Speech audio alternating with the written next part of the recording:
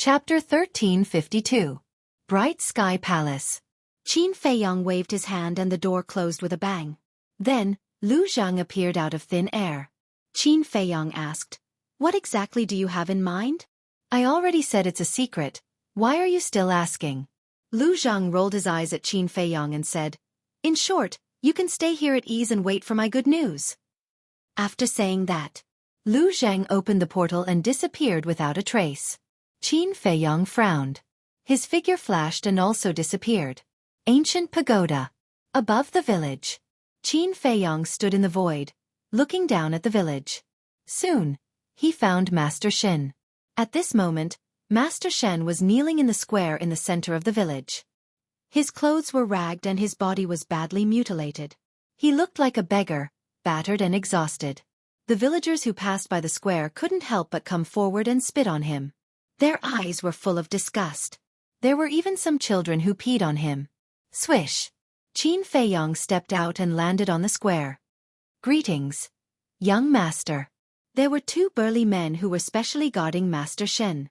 When they saw Qin Feiyong appear, they immediately bowed and saluted. They were both 8-star combat emperors. Qin Feiyong nodded and smiled. He looked down at Master Shen and said lightly, "How does it feel to be condemned by thousands and spurned by thousands?" Master Shen immediately looked up at Qin Feiyong, his eyes full of resentment. "It seems that you haven't repented, but I don't expect you to. You can continue to kneel here and be tortured slowly. Don't blame anyone, because this is what you deserve." Qin Feiyong said coldly. He looked up at the center of the square and was stunned. In the center of the square stood a stone statue. It was more than 100 feet tall. From the outline it was a young man. "Who is this?" Qin Feiyong looked at the two burly men and asked. The two men smiled at each other and said mysteriously, "Young master, why don't you go and take a look?" Qin Feiyong looked at the two of them suspiciously. He walked to the front of the stone statue and looked up. His body suddenly stiffened. This stone statue was actually him. "A few days ago, Miss Lu Hong told us that this place was originally reserved for you to plant the Tree of Creation, but you changed your mind and planted the Tree of Creation in the herb field. We thought that we couldn't just leave it empty, right? Thus, after some discussion, we decided to create your statue here. Firstly, it's our respect for you. Secondly, let the juniors of the village remember that it was you who saved the village. They must remember this kindness forever." The two burly men came over and explained with a smile. "Idle. How am I qualified?" Qin Feiyong shook his head and smiled bitterly. "No. If it wasn't for the young lord's help, we would never have been able to escape from the state preceptor's evil clutches. Therefore, you deserve it." The two men said solemnly. Qin Feiyong looked at the sincere faces of the two men and said with a smile, "I've troubled you." "What's the trouble? It's just a little effort. It's nothing." The two men rubbed their heads and giggled charmingly naively. Qin Feiyong shook his head and laughed. Suddenly, he seemed to have thought of something. He looked at the two men and asked, "By the way, how are the people of the Sky Tiger tribe settling down now?" "It's being built in an orderly manner. The people of our village often go over to help." The two burly men laughed. "That's good." Qin Feiyong nodded and said, "Look after Master Shen carefully. Don't let him hurt the children in the village." "We will." The two men nodded. Qin Feiyong looked at the idol, then turned around and stepped into the air, descending over the herb field. The construction of the herb field was more than half completed. The entire herb field covered an area of 500 or 600 miles. The medicinal herbs swayed in the wind, flashing with multicolored light, exuding a majestic vitality. The most eye-catching one was undoubtedly the Tree of Fortune that was looted from the Mu family's herb field. The trunk was as thick as a dragon. 30 fruits of fortune were emitting a hazy luster. Lu Hong planted the Tree of Fortune in the center of the herb field. The magical power that it emitted almost covered the entire ancient tower. Lu Hong also planted the small Tree of Fortune next to it. But compared to the former, it was completely dwarfed and not worth mentioning. And under Lu Hong's lead, everyone busied themselves fervently. Old Master, Luo Chenxue, Yan Nanshan, Lu Ji, and Ren Wushuang were also helping. "Feiyong. Young Master." "Boss Qin." Seeing Qin Feiyong's arrival, everyone raised their heads and greeted Qin Feiyong. Thank you for your hard work. Qin Feiyong smiled. Building the herb field is for the benefit of all the people here, including us ferocious beasts. No matter how hard it is, it's worth it. Seahorse roared. It hasn't been long. Why did your mouth suddenly become so sweet? Qin Feiyong looked at it in surprise. It hopes that you can help it open the door of potential. Otherwise, why would it come here to help? Dan Wangkai said in disdain. Seahorse immediately glared at Dan Wangkai. Am I wrong? You're a typical person who doesn't wake up early without benefits. Dan Wangkai said in disdain. Then you shouldn't say it in public. How can I face others in the future if you do that? Besides, you can ask all the people and ferocious beasts here. Who doesn't want to open the door of potential? Seahorse said in dissatisfaction. All right. I won't mistreat anyone. However, everyone knows that the medicinal herbs for opening the door of potential are too precious. I can't take care of everyone. Qin Feiyong smiled. Understood. It's up to you. Seahorse chuckled. It was full of confidence in itself. And the capital of its confidence was undoubtedly its cultivation. As a 9-star emperor beast, it could really help Qin Feiyong at the moment. Therefore, Qin Feiyong would definitely prioritize it. In fact, Qin Feiyong had long thought about helping Wang Yongfeng and Lei Bao, these 9-star emperor beasts, to open the door of potential. However, there was a big problem in helping them open the door of potential. Because their cultivation was too high, they needed the help of the pseudo-god's pressure. However, in the Forgotten Continent and the Great Qin Empire, there were no pseudo-gods worthy of his trust. He didn't even completely trust Elder Qin. Therefore, this matter couldn't be rushed. Bas. Suddenly, the image crystal rang. Qin Feiyong hurriedly took it out and poured his battle qi into it. The next moment, Lu Zheng's virtual image appeared. Have you found it? Qin Feiyong asked. Lu Zheng didn't answer but asked instead, Are you in the ancient pagoda? Yes. Qin Feiyong nodded. Then come out quickly. After Lu Zheng finished speaking, the virtual image dissipated. What are you looking for? Did something happen again? Lu Hong soared into the sky and asked with concern. The old man and the others also looked at him suspiciously. Because inside the ancient pagoda, they couldn't hear the sounds outside, so no one knew that the emperor had been killed. Don't worry, it's nothing serious. I'll take care of it as soon as possible.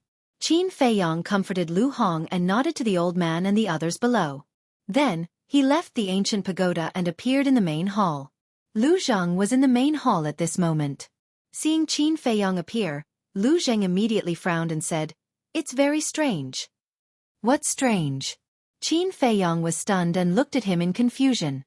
Lu Zheng said, I've found the whereabouts of the emperor. Do you know where he is? Qin Feiyong was instantly annoyed and roared, Aren't you talking nonsense? If I knew, would I still be here looking at you? This guy is really crazy, asking idiotic questions. Lu Zheng smiled embarrassedly and said, The emperor is now in the spiritual state, and he's in the place where you used to live, Iron Ox Town. What? Qin Feiyong was stunned. This is what I don't understand. Elder Qin went to check, and no one activated the teleportation altar in the past few days. How did the emperor go to the spiritual state? Besides, he's not injured at all and he's not captured. Lu Zheng frowned. Wait. Qin Feiyong quickly raised his hand and interrupted Lu Zheng, asking, You said he's not captured? Yes. He's alone in Iron Ox Town, and he's sitting leisurely in front of the lake outside your yard, fishing. Lu Zheng said strangely. What? Fishing? Qin Feiyong was dumbfounded. What's going on? Suddenly, he realized another important point and looked at Lu Zheng with a frown. You've already been to Iron Ox Town? No. Lu Zheng said. Then how do you know so clearly? At that time, Mu Qing activated his all-seeing eye, but he couldn't even find the exact location of the emperor. But you even know that he's fishing?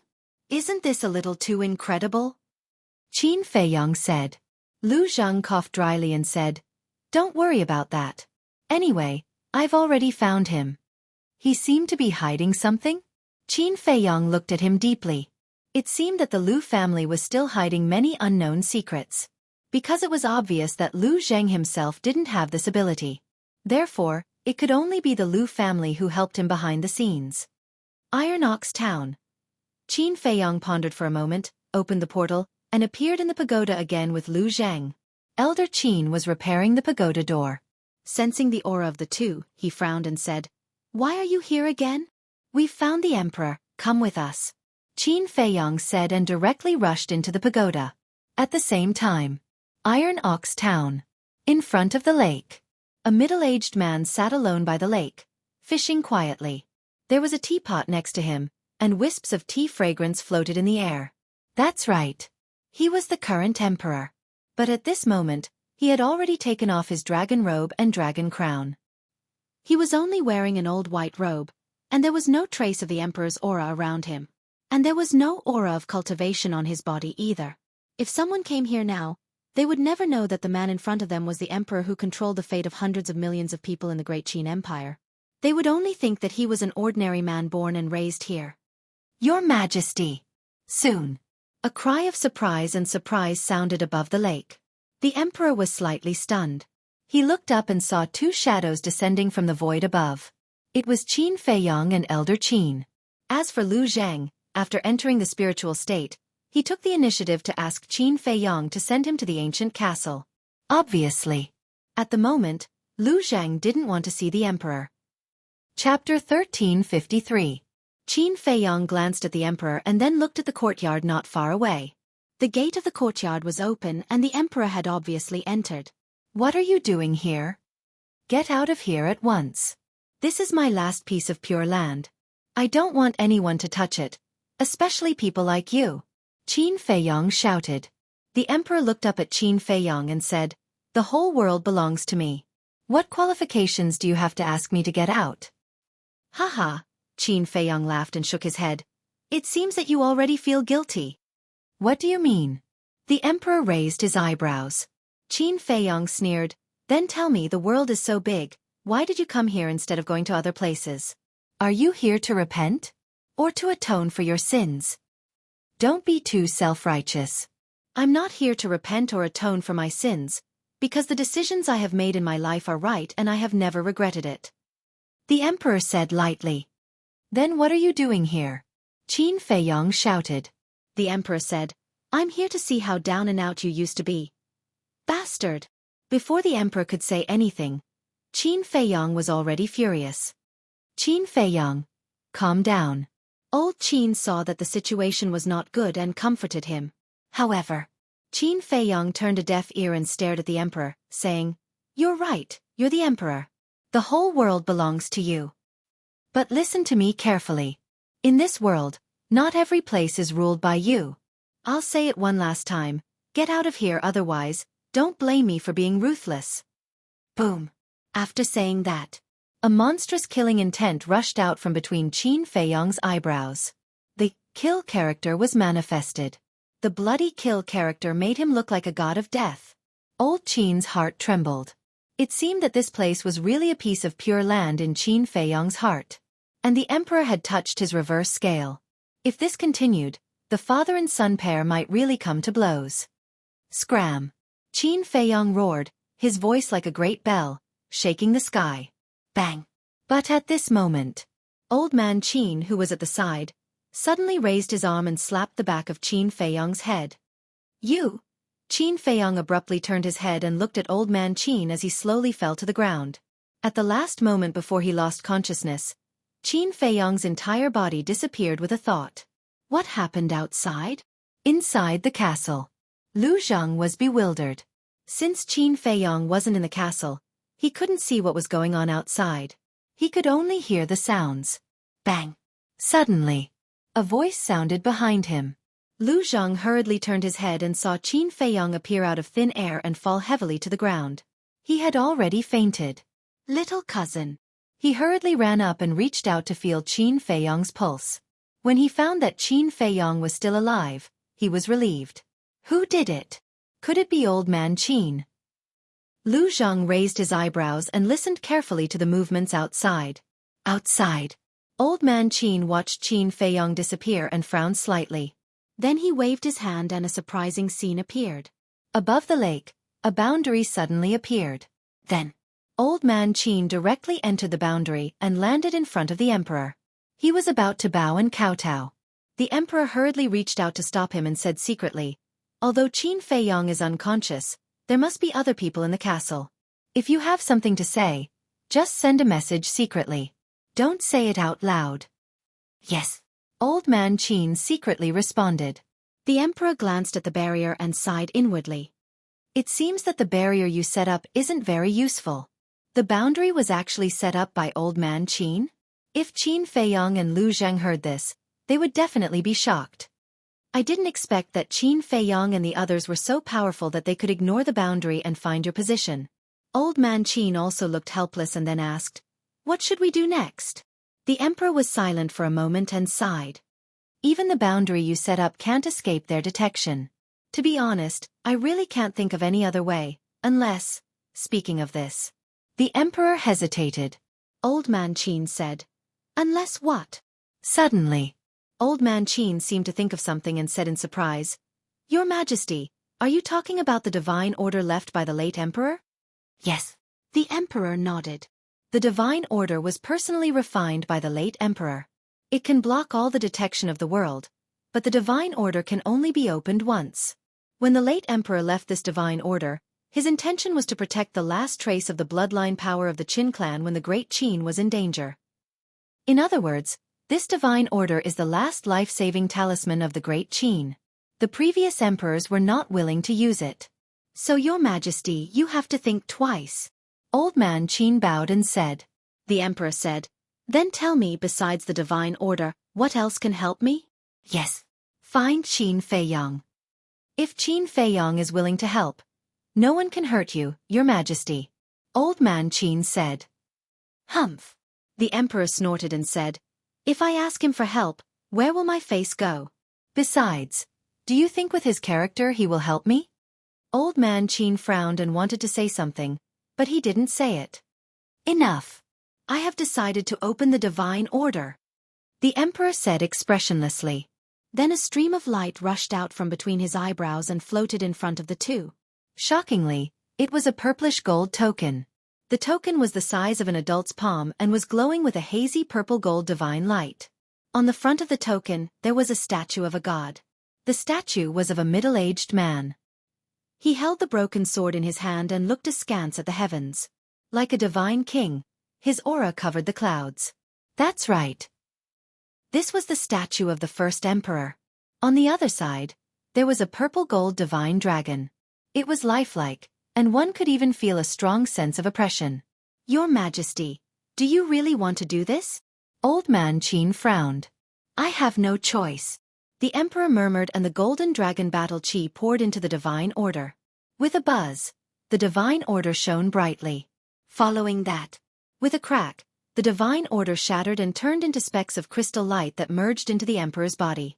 Immediately, the emperor's entire body began to emit a bright purple gold divine light. Old Man Qin sighed deeply. What's done is done. He didn't say anything more and silently retreated to the side. Time passed by breath. The purple gold divine light on the emperor's body gradually converged. About 100 breaths passed. When the last wisp of purple gold divine light faded, the emperor returned to his previous appearance and didn't seem to have changed at all. But Mu Qing, who was in the distant state capital, suddenly changed his expression. "What's wrong?" In the space divine object. Noticing the change in Mu Qing, Lu Xingchen asked in surprise. Mu Qing said in surprise, "I've been looking for the emperor with my heavenly eye. Although I can't find his exact location, I can still spy on him. But just now, I suddenly couldn't see anything." "What?" Lu Xingchen's expression changed and he frowned. "How could this be?" "I don't know." Mu Qing shook his head and said, "But there's only one possibility for this to happen." "What possibility?" Lu Xingchen asked. "He's dead." "Only when he's dead will my heavenly eye fail," Mu Qing said. "Dead?" Lu Xingchen's body stiffened and asked, "Is it possible that you've been opening your heavenly eye for a long time, causing it to fail?" "No." Mu Qing shook his head. How could he be dead? Lu Xingchen's face was full of disbelief. Suddenly, he shuddered and said, Qin Feiyong is also in the spiritual state. Let's see where he and Elder Qin are. Yes. Mu Qing nodded. By the lake. Elder Qin asked, Your Majesty, where do you plan to go now?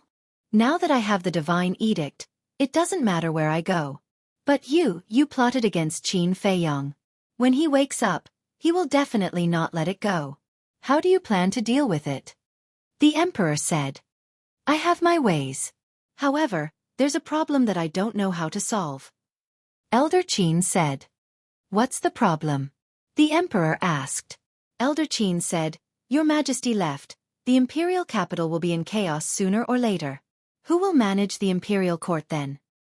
Whatever. Anyway, the imperial jade seal is in my hands. No one can take away my throne. The Emperor snorted, his eyes flashing coldly. I'm afraid that when Your Majesty returns, things will have changed. Elder Qin sighed. Then let's wait and see. The Emperor smiled coldly, then took a step forward, step by step, and gradually disappeared from Elder Qin's sight. Sigh. Why is it that I can't see through you now? Actually, I have a lot to say to Your Majesty, but I don't dare to say it. Looking at the direction where the Emperor disappeared, Elder Qin sighed, his face full of melancholy. Throughout the whole process, the conversation between the two was carried out in secret, so Lu Zhang, who was in the castle, did not get any useful information. After a long time, Elder Qin waved his hand, and the barrier disintegrated and dissipated between heaven and earth. Just as the barrier dissipated, Mu Qing's eyes lit up. She looked at Lu Xingqian and said, I found Elder Qin. Where? Lu Xingqian asked anxiously. Mu Qing said, Iron Ox Town, in front of the lake where Qin Feiyong used to live. Why is he there? Lu Xingqian was surprised. He immediately left the space divine item, opened the portal, and descended above the lake. Elder Qin immediately sensed Lu Xingqian's aura. He looked up, and there was a hint of murderous intent in his eyes. He came really fast. Where's the Emperor? Lu Xingqian glanced at the lake and asked Elder Qin. The Emperor? Elder Qin was slightly stunned and puzzled. Aren't you looking for him? Why? You didn't find him? Elder Qin, we're all sensible people. Why are you playing dumb? Lu Xingqian's eyes flashed with anger. Playing dumb? I don't understand. I'm also looking for His Majesty. What do you mean by playing dumb? Elder Qin said. Lu Xingqian raised his eyebrows and glanced at the lake. Suddenly, he saw the fishing rod by the lake. His eyes flashed and he said, Let's not talk about the Emperor first. Where's Qin Feiyong? In the castle. Elder Qin said. Lu Xingqian glanced at the void and said, Qin Feiyong, come out. Chapter 1354. Inside the castle. Lu Zhang frowned when he heard Lu Xingqian's voice. Then, he looked down at Qin Feiyong. Time passed by slowly. Suddenly, Qin Feiyong's eyelids moved and he slowly opened his eyes. He felt a tearing pain in his head. Elder Qin. This intense pain caused him to immediately recall what had happened before, and his entire body instantly emitted a monstrous vicious aura. Swish! He suddenly got up, rubbed the back of his head, and waved his hand. An image appeared. Where's the Emperor? Seeing only Elder Qin and Lu Xingqian in the image, Qin Feiyong raised his eyebrows and asked Lu Zhang. I don't know. I didn't hear anything before. The conversation between the Emperor and Elder Qin should be in the dark. Lu Zhang said. Damn it! Qin Feiyong cursed angrily. He didn't expect Elder Qin to sneak attack him. Lu Zhang comforted him. Don't worry. When we return to the capital, I will immediately find the Emperor. But why did you faint just now? It's Elder Qin. Qin Feiyong's eyes were filled with coldness. So it's him. In that case, he already knew that the Emperor was in the spiritual state. He was just acting with us. Lu Zhang said in realization. Qin Feiyong sneered. The next moment, he appeared beside the lake and glanced at Elder Qin. Then, he looked up at Lu Xingqian. He pointed at Elder Qin and said with a murderous aura, Let's not talk nonsense. Let's join hands and kill him. Ha! Lu Xingqian was shocked. Elder Qin's expression also changed. He hurriedly said, Qin Feiyong, listen to my explanation. What's there to explain? Qin Feiyong smiled coldly. He looked at Lu Xingchen and waited for Lu Xingchen's reply. Lu Xingchen looked at the two of them suspiciously. What's going on? Did something happen before he came? Elder Qin glanced at Lu Xingchen and secretly transmitted his voice to Qin Feiyong. If I really wanted to kill you, you wouldn't have just fainted. Wake up. Killing me won't do you any good. Qin Feiyong said. Then why did you do that? Elder Qin said, he is the emperor of the great Qin, I must protect him. Is that all? Qin Feiyong's expression. Yes. I didn't tell him a single word about what happened between you and me. I didn't betray you, please believe me. Old Qin said with a pleading tone. Qin Feiyong thought to himself, when did the emperor come to the spiritual state? When you came back from the continent. Old Qin said. I see. He entered the spiritual state after I humiliated Zhuge Nanhua. Qin said. Yes. After you threw Zhuge Nanhua into the central square of the first district, the pagoda was unguarded. His Majesty took this opportunity to come to spirit state. Elder Qin said. Why did he come to spirit state? Why did he pretend to be killed? Don't tell me you don't know. Qin Feiyong secretly said. This? Elder Qin hesitated and transmitted his voice. I can't tell you for now, but please believe me. I really don't want to harm you. Qin Feiyong's eyes flashed coldly. He must be hiding something from me. Seeing Qin Feiyong and Elder Qin looking at each other in silence, Lu Xingchen knew that the two must be secretly transmitting their voices. Suddenly, his eyes flashed and he smiled. Brother Qin, it's not easy to kill him, but as long as you're willing to lend me Chong Xue, I have full confidence. Clang. Chong Xue immediately appeared in Qin Feiyong's hands. Good. Lu Xingchen was secretly delighted. Getting rid of Elder Qin was equivalent to getting rid of one of the pillars of the Great Qin Empire. It would undoubtedly be easier to destroy the Great Qin Empire in the future.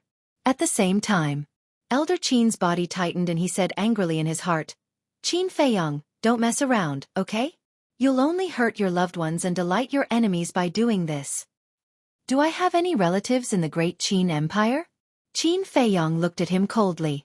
Elder Qin was stunned. That's right. Did Qin Feiyong have any relatives? In the past, he did, and that was Qin Feiyong's mother. But now, Qin Feiyong's mother had disappeared without a trace. As for the others, they were basically the people Qin Feiyong hated the most. It could be said that there was no one in the Great Qin Empire that Qin Feiyong cared about. Sigh.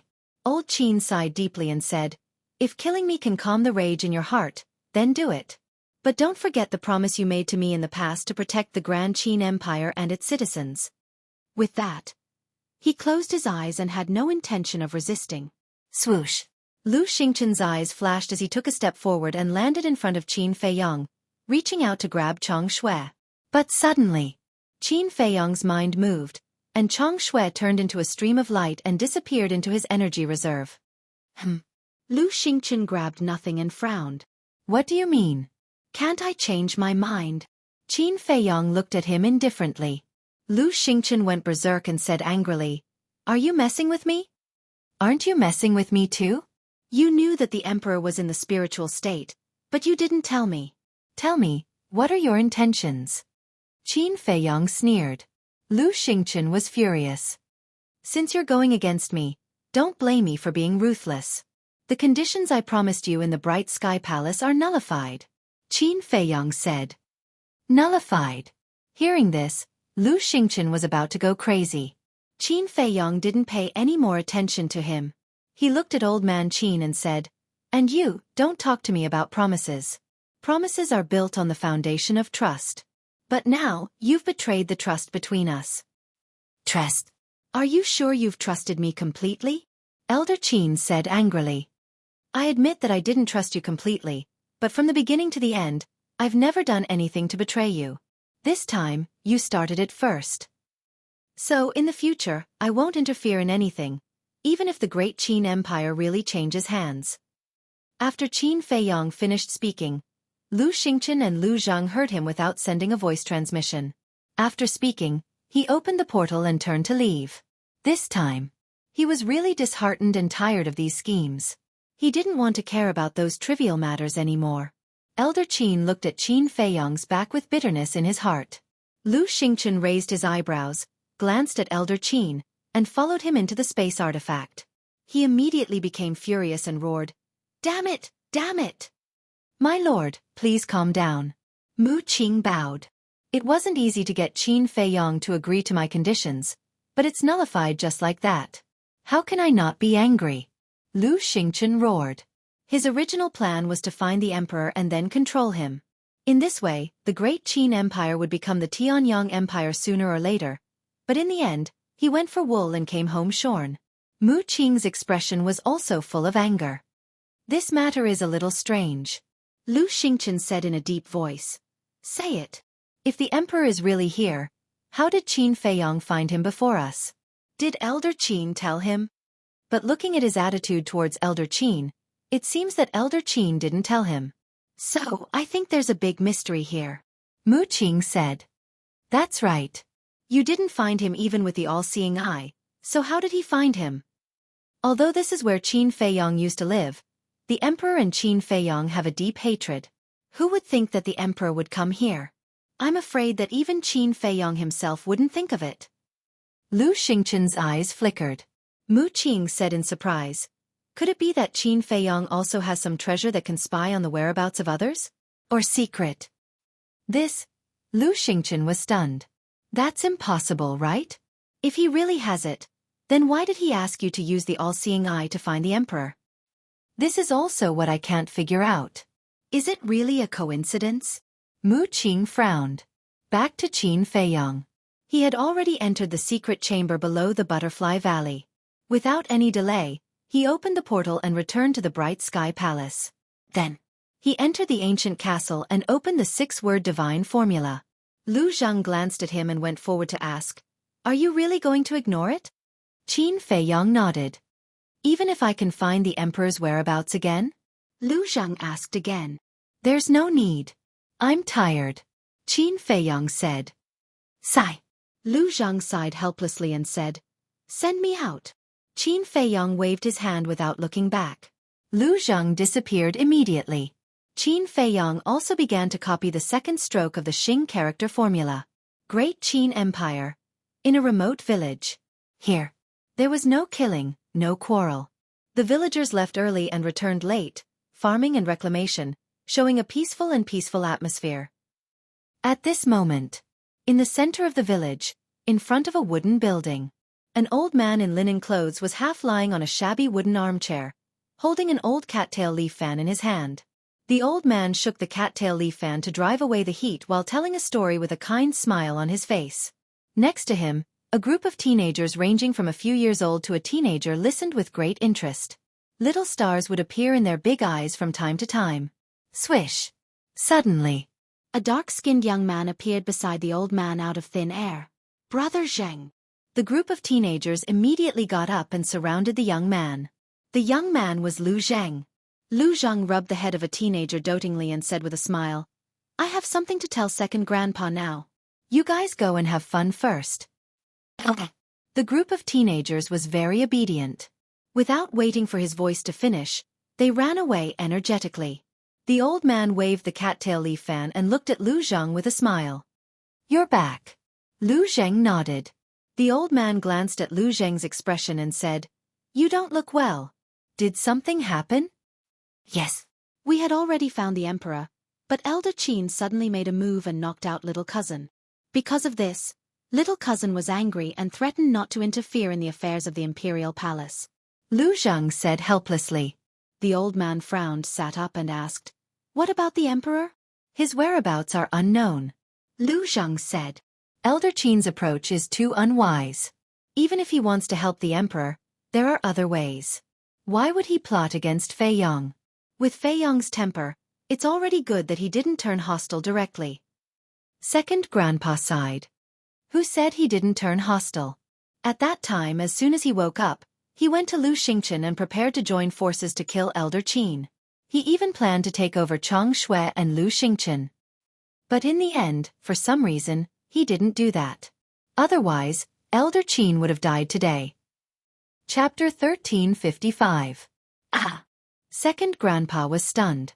He smiled and said, Feiyong didn't attack Elder Qin, which means that he hasn't lost his mind.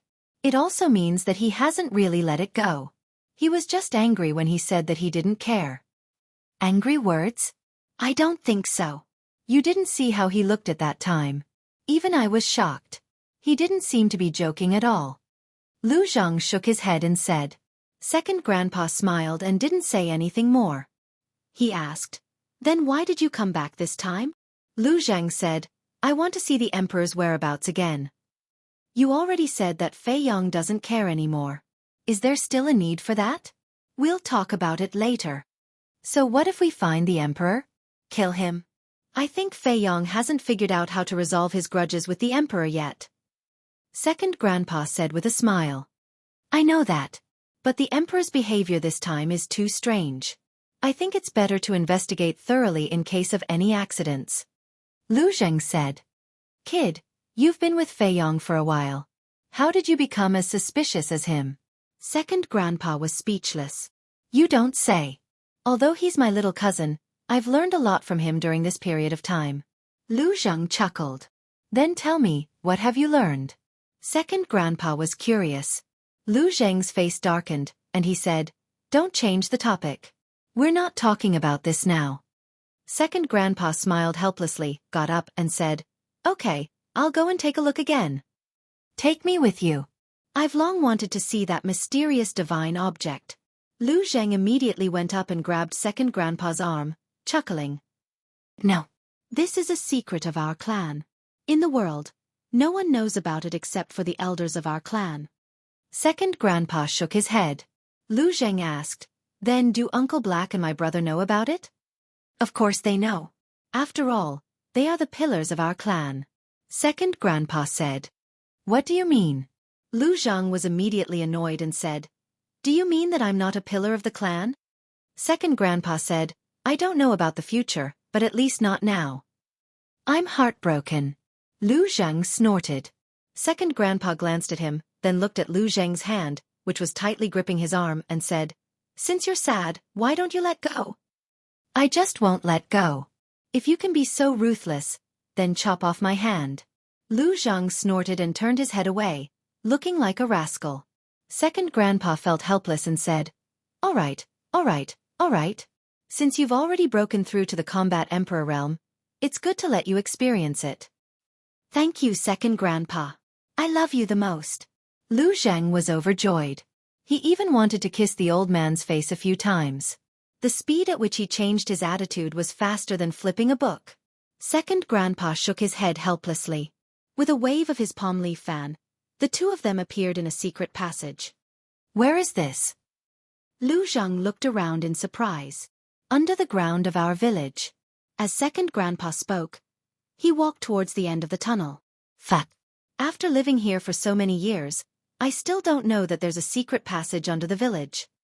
Lu Zheng was dumbfounded. Then he quickly chased after Second Grandpa. There are still many things that you don't know. Second Grandpa smiled faintly. Yes, that genius brother of mine knows everything, but I'm like a blank piece of paper.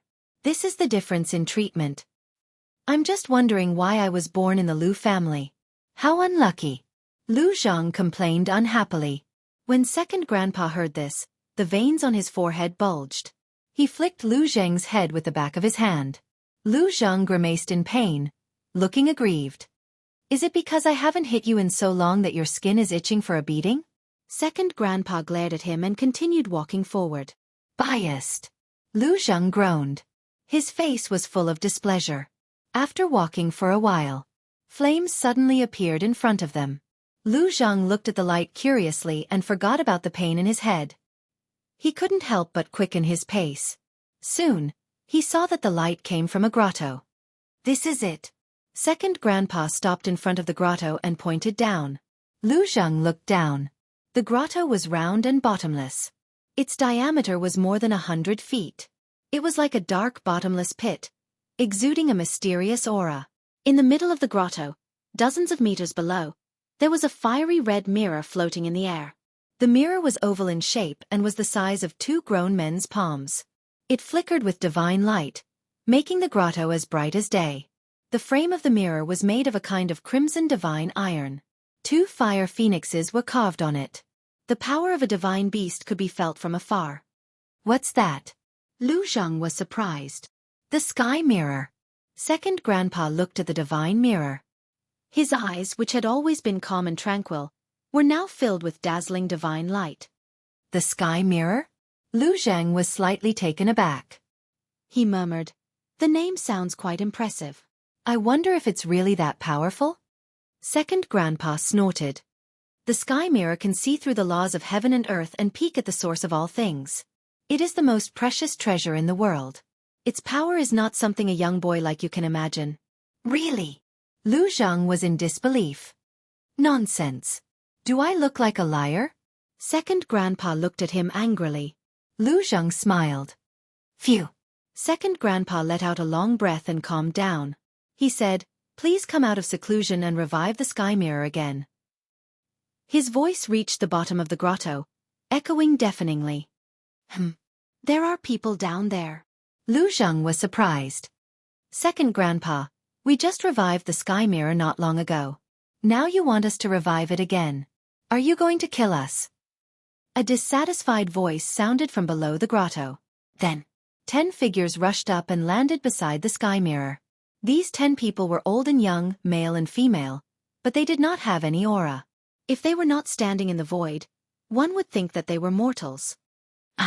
Lu Zhang looked at the 10 people in surprise and said, "Second Grandpa, who are they? Why do they all look so unfamiliar? Are they the old monsters of our Lu family who have died?" Old monsters? The 10 people were stunned. They turned to look at Lu Zhang. Their faces were dark, and the veins on their foreheads were bulging. Second Grandpa was also amused. One had to know. Even he did not dare to be too presumptuous with these 10 people in front of him. But this little bastard actually called them old monsters in front of these people? Newborn calves are really not afraid of tigers. Bang! There was no suspense. Lu Zhang was hit again and cried out in pain. Second Grandpa said with a dark face, "What old monsters? Don't you have any manners? Call him ancestor." They are indeed those old monsters. I thought they were all dead. It turns out that they are all alive and well. Lu Zhang pursed his lips, looked at the 10 people and bowed. "Greetings, ancestor." Only then did the 10 people's expressions ease up.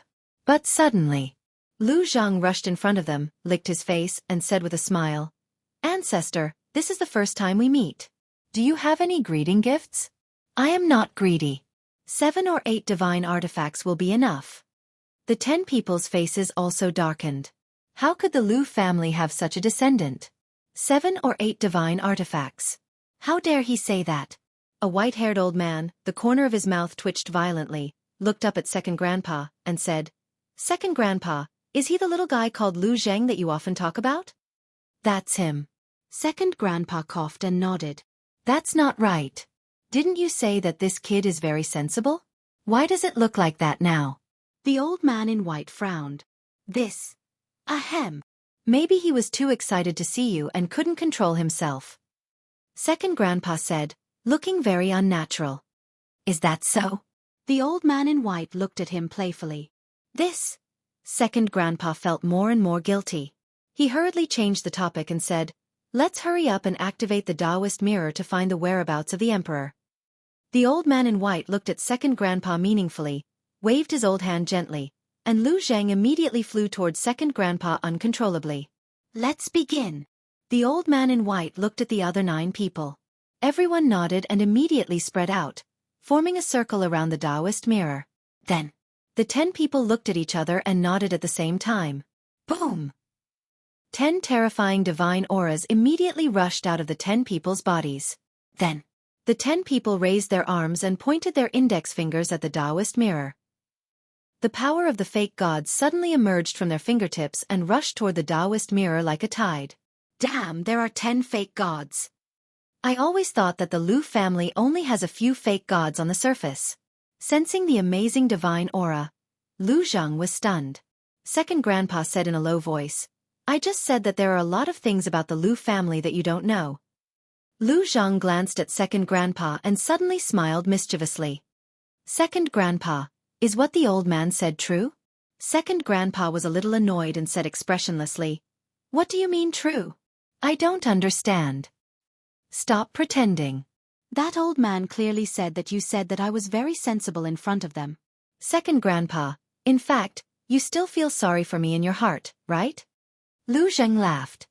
Yes, I do feel sorry for you, but who told you to be so disappointing? Do you know why I said that to them? Second grandpa said angrily. Why? Lu Zheng was curious. Because they have the divine arts in their hands. This old man is saying this to leave a good impression on you in their hearts. But you revealed your true nature as soon as you saw them and even called them old monsters. You're really bold. Now, I'm afraid that they are very disappointed in you. Second grandpa looked at him as if he had expected better from him. Oh, why didn't you say such a good thing earlier? When Lu Zheng heard this, it was too late for regrets. Second grandpa rolled his eyes and said, Your eldest brother is not like you. When he first came to meet them, he was very mature and steady. At that time they gave him a divine art. Obviously. Second grandpa was deliberately provoking him. Oh my God. My divine art. When Lu Zheng heard that, his intestines turned green with regret and he cried out in sorrow. Second grandpa gloated and said to himself, But don't be sad. They are not unreasonable people. As long as you perform well in the future, you will have a chance. Really? Lu Zheng was surprised and doubtful. Yes. Second grandpa nodded. Okay. I will perform well and strive to get the divine art. Lu Zheng clenched his hands and nodded heavily. What a joke. Who didn't want a divine art? For the divine art, not to mention performing well, even if he had to carry the shoes of those 10 old monsters, it didn't matter. Chapter 1356. Buzz. The Taoist mirror kept buzzing, and the divine light became more and more dazzling. The 2 fire phoenixes on the mirror frame also seemed to come alive. They circled around the Taoist mirror, flying and emitting divine power. Amazing! Lu Zheng muttered. He looked at the 10 people again, and a touch of surprise appeared in his eyes. He discovered that there were bean-sized beads of sweat on the 10 people's foreheads. Even his face was faintly pale. What's going on? Lu Zheng looked at the 10 people in confusion. One had to know that these were 10 false gods. 10 false gods working together were still so difficult? He swallowed and asked in a low voice, Second grandpa, what level is this Taoist mirror? I don't know either. However, at least 10 false gods are needed to revive the Taoist mirror. Second grandpa said to himself. What? At least 10 false gods. Lu Zheng was stunned, and his breathing became rapid. He muttered. So, it's much more powerful than Mu Qing's all-seeing eye? They can't be compared. The all-seeing eye is a fighting soul. Its power will continue to increase as its owner's cultivation level increases. Second grandpa said. Lu Zheng said in surprise, You mean Mu Qing's all-seeing eye will surpass the Taoist mirror sooner or later? That's inevitable. Second grandpa nodded. Lu Zheng was speechless. He said, It seems that we have to find a chance to get rid of this person. If there's a chance, it's best to get rid of him. Otherwise, this person will become our biggest enemy in the future. However, it won't be easy for him to surpass the Taoist mirror. Because according to my research, the Taoist mirror should be a divine artifact of the same level as Xueqi and the castle. Of course, this is just my guess. Maybe Xueqi and the castle are of a higher level than the Taoist mirror. Second grandpa laughed secretly. Wait. Are you sure that the Taoist mirror is of the same level as Xueqi? Lu Zheng frowned. Why do you ask? Second grandpa was suspicious. Last time in Wang Yongfeng's village, in order to kill the state preceptor, my younger cousin lent Xueqi to Ren Duxing. At that time, Ren Duxing revived Xueqi with just a wisp of his divine consciousness. But now, the sky-stealing mirror needs 10 fake gods to be revived. Why does it seem like Xueqi's level is lower than the sky-stealing mirror? Lu Zheng was doubtful. Are you sure that Ren Duxing has fully recovered? Second grandpa chuckled. What do you mean? Lu Zheng was stunned. Xueqi is not as simple as you think. When Ren Duxing revived Xueqi, he probably didn't even have 1/10 of its power. Although this old man doesn't know exactly how strong Xueqi is, this old man can determine that if he fully recovers, he should be able to destroy half of the Great Qin Empire, or perhaps even stronger. Second Grandpa said. What? Lu Zhang was dumbfounded and asked, can't the sky-stealing mirror do the same? No. Although the sky-stealing mirror can spy on everything, it's not very lethal. It's considered an auxiliary divine object. Of course, it's not without any lethality. Second Grandpa said. I see. Lu Zhang looked at the sky-stealing mirror. Although it was only an auxiliary divine object, it was an invincible existence in today's world. If he could get it. Thinking of this, he couldn't help but feel excited. Don't blame this old man for not telling you in advance. The sky-stealing mirror is the most precious treasure of the Lu family. If you dare to do anything to it, Second Grandpa smiled coldly, pointed at the 10 people and said, they will let you taste despair. How dare I? Lu Zhang smiled embarrassedly. Boom. Before he finished speaking, a mighty aura rushed out of the sky-stealing mirror. There seemed to be images flashing on the transparent mirror, but they were very blurry and couldn't be seen clearly. How could this be? The 10 people looked at the sky-stealing mirror, their faces full of shock. Second Grandpa also took a step forward and landed beside the old man in white. He said in a deep voice, the sky-stealing mirror has never had such a situation before.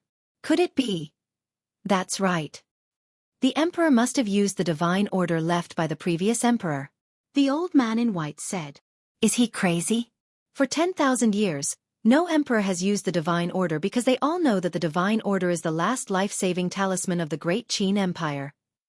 Has he never thought about how to protect the Great Qin Empire when it faces a disaster in the future? Second Grandpa was furious. The old man in white looked at Second Grandpa and sighed. Our current Emperor is a little selfish. The others also frowned. Lu Zhang noticed that the atmosphere was not right. He looked at the sky-stealing mirror and flew to Second Grandpa's side. He frowned and said, Second Grandpa, what's going on? It's a long story. In short, whether it's the sky-stealing mirror or the all-seeing eye, they can't find the Emperor anymore. Second Grandpa said helplessly. This? Lu Zhang's face stiffened. Second Grandpa said, go and tell Fei Yong not to force himself too much. Follow his heart.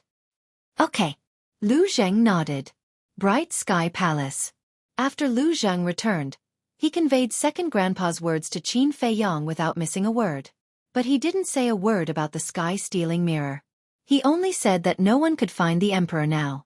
Qin Fei Yong pondered for a while. Then, he ignored the outside world and continued to copy the Xing character formula. Lu Zhang glanced at Qin Fei Yong and then scanned the castle. Nah. In the castle, in addition to Wang Yongfeng, the seal, and the thunder leopard, there was also the fire qilin. Ever since they rescued the fire qilin from the Mu family, it had been recovering. 10 days in the castle was 1 day outside. It was almost fully recovered now. A divine beast. Unfortunately, it's not what my Lu family wants. My Lu family only wants the divine beast Fire Phoenix. Lu Zhang looked at the fire qilin and muttered to himself. He also sat cross-legged on the ground and closed his eyes to meditate. In the ancient tower, the construction of the herb field was finally completed. Lu Hong, Dan Wangkai, Viper, Ren Wushuang, Seahorse, and the others all came to the castle and continued to cultivate. As for the follow-up management of the herb field, Qin Fei Yong handed it over to Old Master, Luo Chenxue, Yan Nanshan, and Lu Ji. Of course, this was proposed by the 4 of them. Because they wanted to share some of the burden with Qin Fei Yong. The construction of the Sky Tiger tribe was also nearing completion. It was worth mentioning that Wang Xiaojie and Mu Chen also fought with the beasts in the ancient tower all day long. Whether it was their temperament or courage, they were slowly changing. Especially Wang Xiaojie. In order to enter the castle to cultivate as soon as possible, he was putting his life on the line. Time passed day by day just like that. Outside, 15 days had passed. Inside the ancient castle, a total of 150 days had passed. It was equivalent to 5 months. Boom. Early in the morning, Qin Fei Yong finally completed the second stroke of the movement character formula. His cultivation soared to a 3-star combat emperor. According to the time in the outside world, the second stroke took 5 days more than the first stroke. It seems that the later strokes, the longer the time needed. Fortunately, the rules of time in the castle have changed. Otherwise, I don't know how long it would take for me to complete all the strokes of the movement character formula. Qin Feiyong muttered. He calmed his heart, restrained his aura, and continued to copy the third stroke. Lu Zhang was awakened by Qin Feiyong's aura. Seeing that Qin Feiyong had no intention of asking about the situation outside, he couldn't help but sigh in his heart and continued to cultivate. And these days passed. Not only Qin Feiyong, everyone's cultivation had improved. Especially White-Eyed Wolf. Other than building the herb field, he had always been in seclusion cultivation. In addition, his talent was better than everyone else's. His current cultivation had already reached the level of a 2-star combat emperor. Anyway, its plan was to catch up to Qin Feiyong no matter what.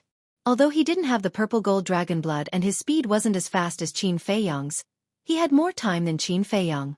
Because he didn't need to care about the outside world. He only needed to cultivate. In the blink of an eye. Outside, another 10 days had passed. In addition to the previous 15 days, a total of 25 days had passed since the emperor went missing. Although 25 days had passed, everything in the imperial palace was normal. There were no disturbances in the imperial capital. Because, whether it was the imperial tutor or old man Qin, they were both deliberately blocking the news of the emperor's disappearance. As for Lu Xingchen, he unexpectedly remained silent. However, although the imperial capital looked calm on the surface, the competition between old man Qin and the imperial tutor had never stopped. The imperial tutor tried his best to monopolize the power. Old man Qin tried his best to stop him. But in comparison, old man Qin wasn't as good as the imperial tutor. Because the imperial tutor had the entire law enforcement palace behind him, as well as the Xueqi family and the current Empress Dowager. Moreover, the invincible Black Army was also basically under the imperial tutor's control. Old Qin, on the other hand, was alone. As for the commander of the Kirin army, neither side dared to offend him, so they had always had an attitude of not helping each other. Without anyone's help, how could old man Qin fight against the imperial tutor with his own strength? He was now in a terrible fix. During this period, he also went to the Bright Heaven Palace to look for Qin Feiyong several times. Because now, only Qin Feiyong could keep the imperial tutor in check. But every time, he returned empty-handed. Not to mention seeing Qin Feiyong, he didn't even hear Qin Feiyong's voice. What should I do? Every night, old man Qin stood alone in the sky above the pagoda, frowning and sighing. Although he knew that the emperor wasn't dead, for some reason, he didn't dare to say it. On the morning of the 26th day of Qin Feiyong's seclusion, early in the morning, outside the Golden Imperial Palace, hundreds of people came one after another. They were the civil and military officials of the Great Qin Empire. The various marquises were also there.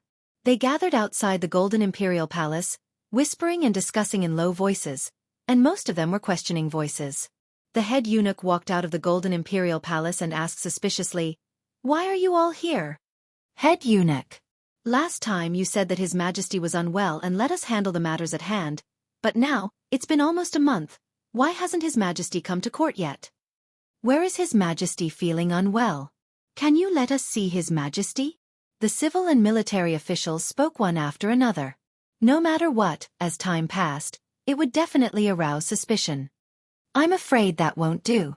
The head eunuch shook his head. He looked calm on the surface, but he couldn't help but panic in his heart.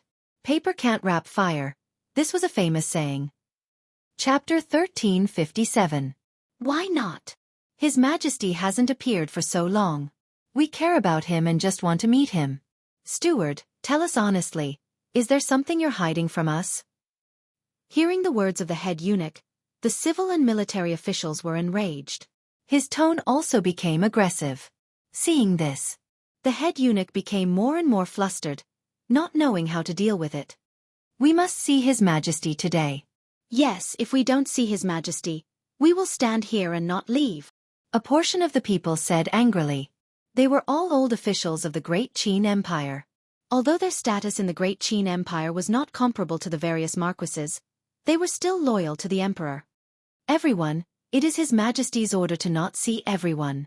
Why make things difficult for the steward? Suddenly, a faint laughter rang out, and Zhuge Wuhou appeared out of thin air in front of the throne room. Seeing Zhuge Wuhou's arrival, The head eunuch seemed to have grabbed onto a life-saving straw. He ran in front of Zhuge Wuhou and said in a low voice, "These people are already suspicious. Quickly help me deal with them." Zhuge Wuhou secretly said, "Don't worry, I came here to help you deal with them." The head eunuch heaved a sigh of relief. "Zhuge Wuhou, His Majesty hasn't attended the morning court for so many days. Aren't you worried at all?" Someone looked at Zhuge Wuhou and said. This person was also a marquis. His name was Xiao Wuhou, but his strength was much weaker than Zhuge Wuhou. Zhuge Wuhou looked at Xiao Wuhou, and a cold light flashed in his old eyes. He sighed. "This marquis is naturally worried." Xiao Wuhou said, "Then why are you still speaking up for the steward?" "I just said that it was His Majesty's order to not see everyone. What's the use of making things difficult for the steward?" Zhuge Wuhou said. Xiao Wuhou said, "We are not making things difficult for the steward, we just want to see His Majesty with our own eyes and confirm His Majesty's safety." Zhuge Wuhou's face immediately darkened as he said angrily, "Xiao Wuhou, what do you mean by that? Could it be that there is someone in the imperial palace who dares to plot against His Majesty?" Xiao Wuhou's expression changed, and he hurriedly said, "That's not what I meant."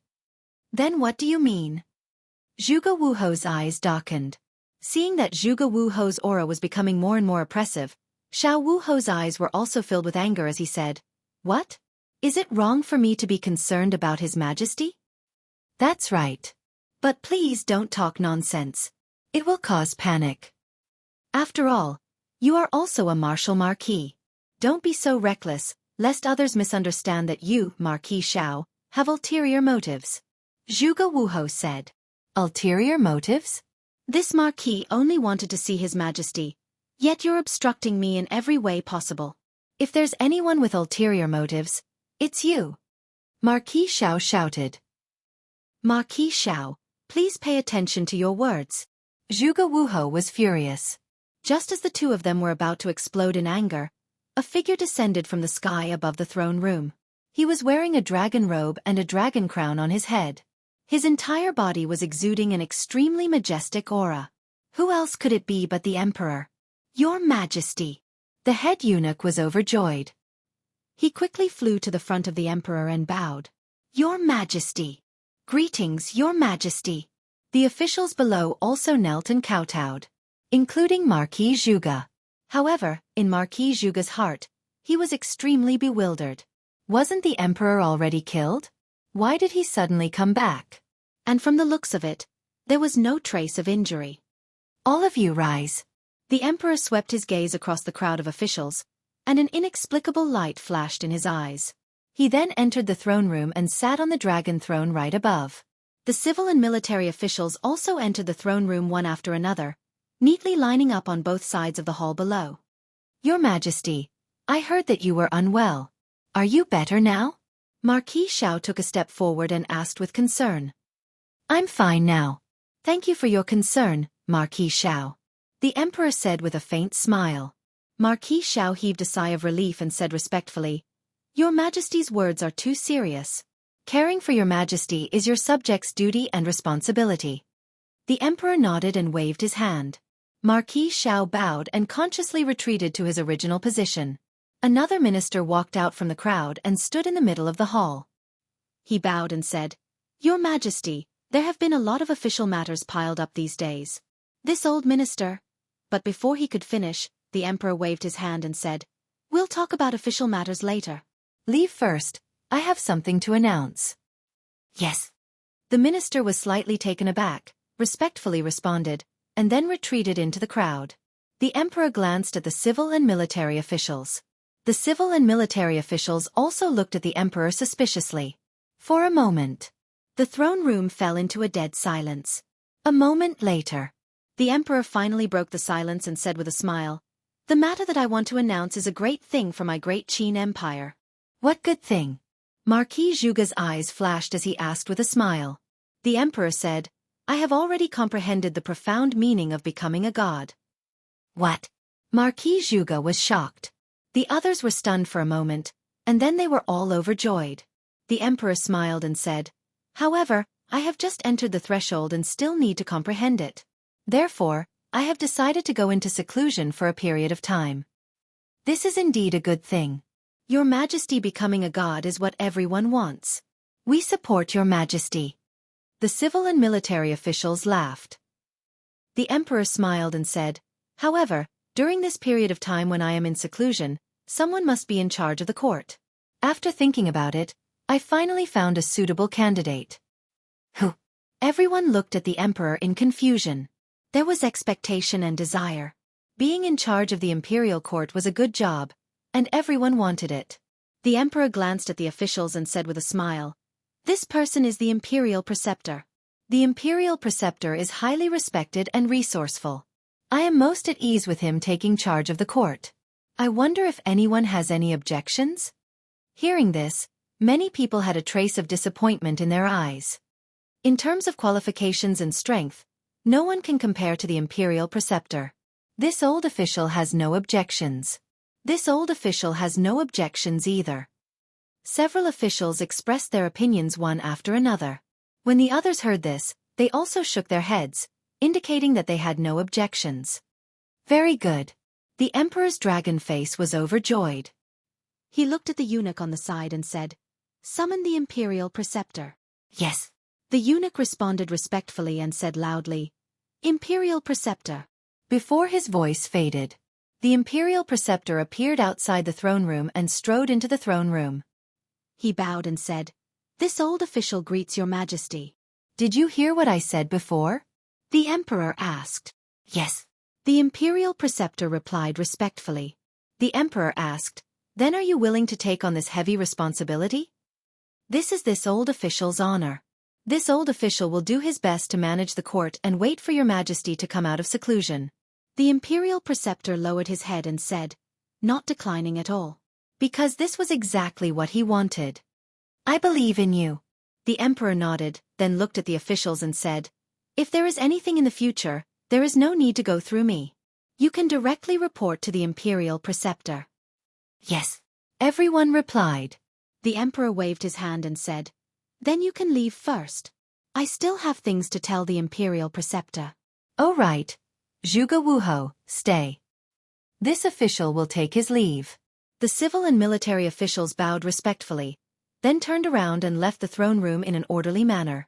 Xueqi stood below, looking at the imperial preceptor and the emperor, his eyes filled with suspicion.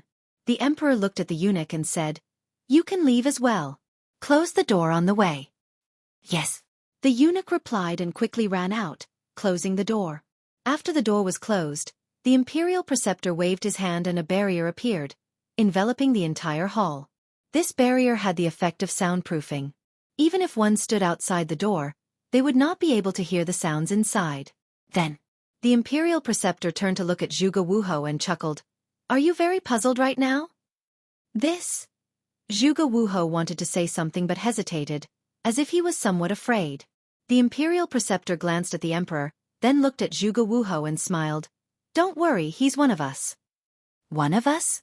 Xueqi looked at the emperor in shock. The emperor's face was also full of smiles. The imperial preceptor looked at the emperor and smiled. "Let him see your original body." The emperor nodded and consumed a facial restoration pill. Immediately, whether it was the emperor's figure or face, they all began to change. Finally, a familiar face appeared in Xueqi's line of sight.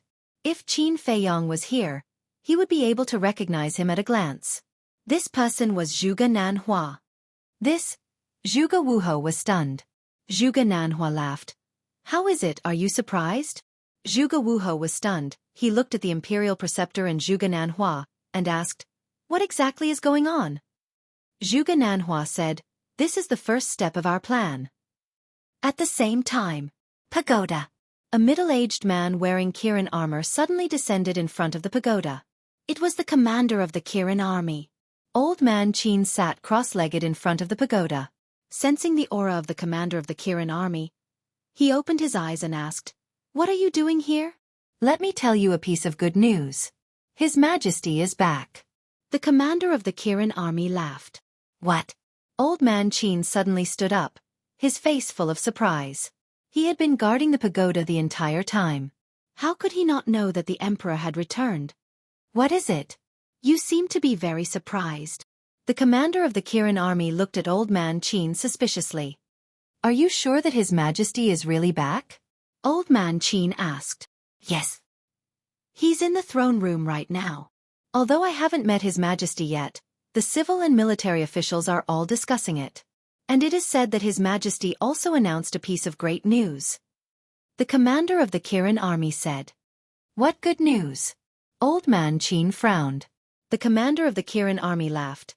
His Majesty has reached the peak of the 9-star combat emperor realm and is preparing to go into seclusion to comprehend the profound meaning of becoming a god.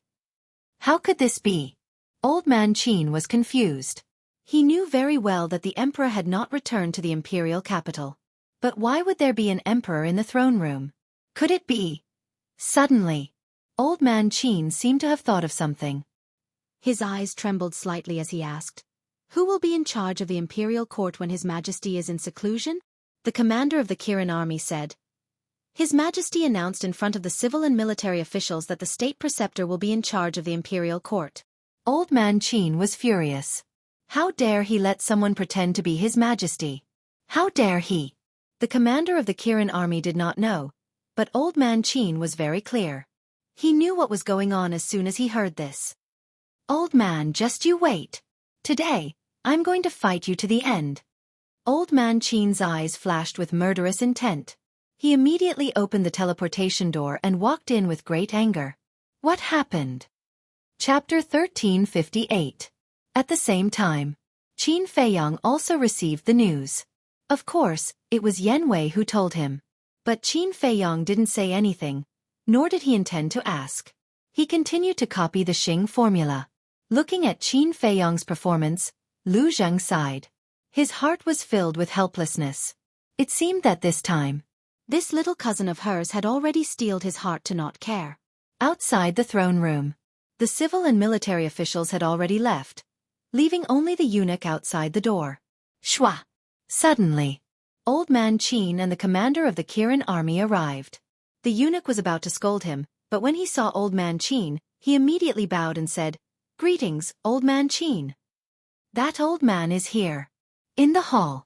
Hearing the voice of the eunuch, Zhuge Wuho's expression changed. The soundproof barrier set up by the imperial tutor was to prevent others from eavesdropping on their discussion. Therefore they could clearly hear the sounds coming from outside. Don't panic. The imperial tutor waved his hand, dispelled the barrier, and nodded to Zhuge Nanhua. Zhuge Nanhua understood and immediately took an illusory form pill, turning into the appearance of the emperor. Outside, Old Man Qin glanced at the eunuch, walked to the door, and kicked it open. When he saw the emperor sitting on the dragon throne, his eyes were filled with killing intent.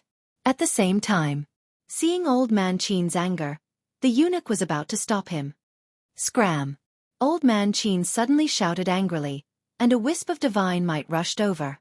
The eunuch quivered and quickly turned around to run. What is going on? Seeing this scene, the commander of the Kirin army behind Old Man Qin became more and more surprised. Old Man Qin stepped into the throne room. The commander of the Kirin army also prepared to follow in. But the imperial tutor waved his hand, and the door closed with a bang, directly blocking the commander of the Kirin army outside. Following that, he waved his hand again, and the soundproof barrier appeared again. What's wrong? Are you afraid that others will know? Old Man Qin sneered. The imperial preceptor smiled faintly and said, What is there to feel guilty about? Old Man Qin sneered as he looked at Zhuge Nanhua who was sitting on top. His entire body emitted a monstrous aura. You think you can sit in this seat? Get out. In a flash, Old Man Qin appeared in front of Zhuge Nanhua and slapped him across the face. Ah! With a blood-curdling scream, Zhuge Nanhua was sent flying and crashed into a stone pillar. Blood spurted out from his mouth. The imperial tutor and Zhuge Wuho were shocked. The next moment, the two of them ran to Zhuge Nanhua's side. Zhuge Wuho supported Zhuge Nanhua. The imperial preceptor glared at Old Man Qin and shouted, Old thing, have you eaten the guts of a leopard? How dare you slap His Majesty? Your Majesty? Old Man Qin's hair stood up in anger as he said, The one who ate the guts of a leopard is you. You actually dared to let someone impersonate His Majesty. How should you be punished? The imperial preceptor's heart skipped a beat. He frowned and said, What did you say? What do you mean by impersonating His Majesty? Still playing dumb? Old man Qin sneered, took out a facial restoration pill, threw it at Zhuge Nanhua's feet, and said, "Whether it is an impersonation or not, you will know after consuming this facial restoration pill." Zhuge Nanhua looked at the facial restoration pill and looked at the imperial preceptor in panic. Zhuge Wuho's face was also filled with fear. How could old man Qin be so sure that the emperor was an impersonation? One had to know. The emperor had been killed and his life and death were unknown. Now, no one knew where he was. However, the moment old man Qin entered the room, he immediately concluded that the emperor in front of him was an impersonator. This was too strange. Could it be? Suddenly, the imperial preceptor, Zhuge Wuho, and Zhuge Nanhua's eyes trembled at the same time. Could it be that old man Qin knew where the real emperor was? What are you waiting for? Quickly consume the facial restoration pill. True gold is not afraid of fire. If you are really His Majesty, this old man is willing to die for my previous recklessness. Old man Qin shouted. Looking at old man Qin's sinister eyes, Zhuge Nanhua's heart was filled with panic, and his body couldn't help but tremble. Haha! The imperial preceptor raised his head and laughed out loud. Old man Qin's gaze turned and landed on the imperial preceptor. His old eyes were filled with bone-piercing killing intent. The imperial preceptor stopped laughing and looked at old man Qin. Since you have been discovered, then there is no need to hide anymore. Consume the facial restoration pill. Zhuge Nanhua nodded, grabbed the facial restoration pill and threw it into his mouth. Very quickly, his true appearance was restored. Seeing this, old man Qin clenched his fists and said coldly, "You guys are really daring." Wrong. The one who is daring is you, because you are the one who kidnapped the emperor. Hurry up and tell me, where is the emperor now? The imperial preceptor shouted. Heard of it. Old man Qin's body stiffened as he cursed in his heart. In a moment of anger, he had actually overlooked this point. Without even asking, he directly attacked Zhuge Nanhua. Wouldn't this expose the fact that he knew the whereabouts of the emperor? No. He couldn't admit it. Old man Qin muttered to himself, looked at the imperial preceptor, and sneered. After being together for so many years, this old man only realized now that you are actually such a shameless person. What do you mean? The imperial preceptor raised his eyebrows. You let Zhuge Nanhua impersonate His Majesty, but in the end, this old man saw through it and wanted to bite back, saying that this old man kidnapped His Majesty and wanted to kill this old man. How can your heart be so vicious? Old man Qin shouted angrily. A bunch of nonsense. The imperial preceptor also glared at him. Don't talk nonsense. Impersonating His Majesty will lead to the extermination of 9 generations.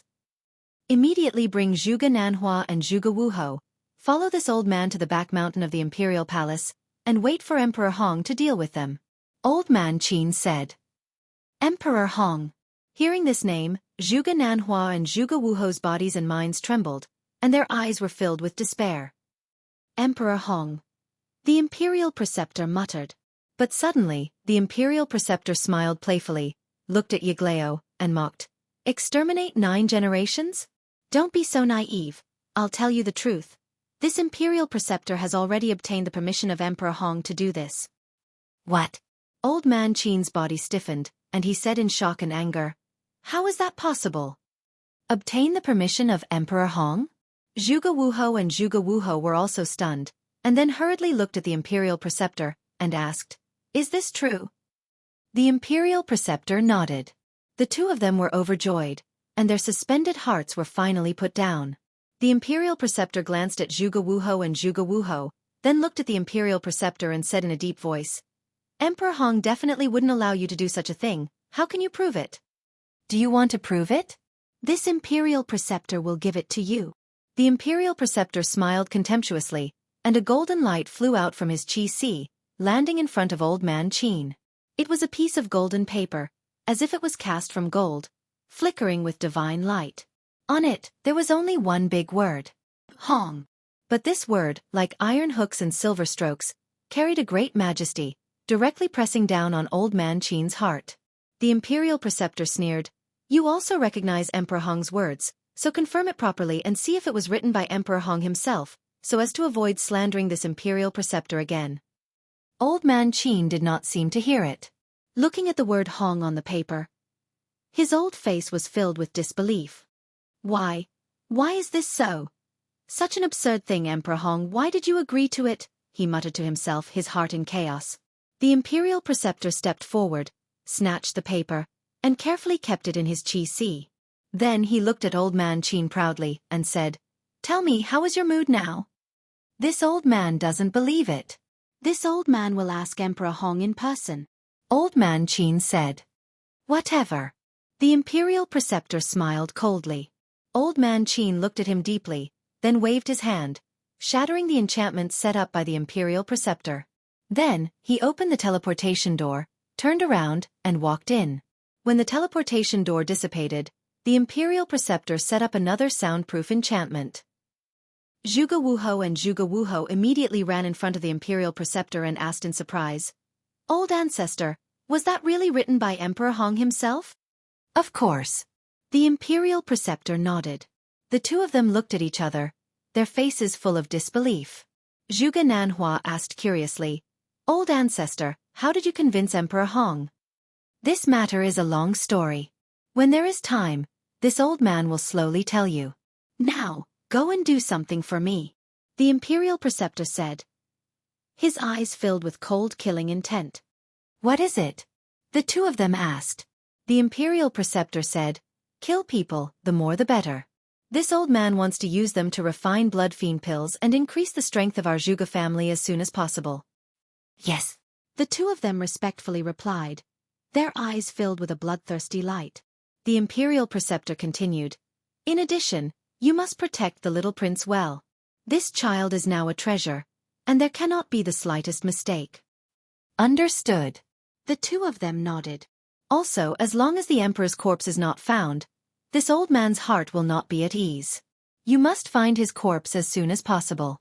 The imperial preceptor said, "The great Qin Empire is so big. How do we find it?" The two of them frowned. Pay attention to old man Qin. This old man has a feeling that he knows the whereabouts of the emperor. This damned old thing, always going against this old man.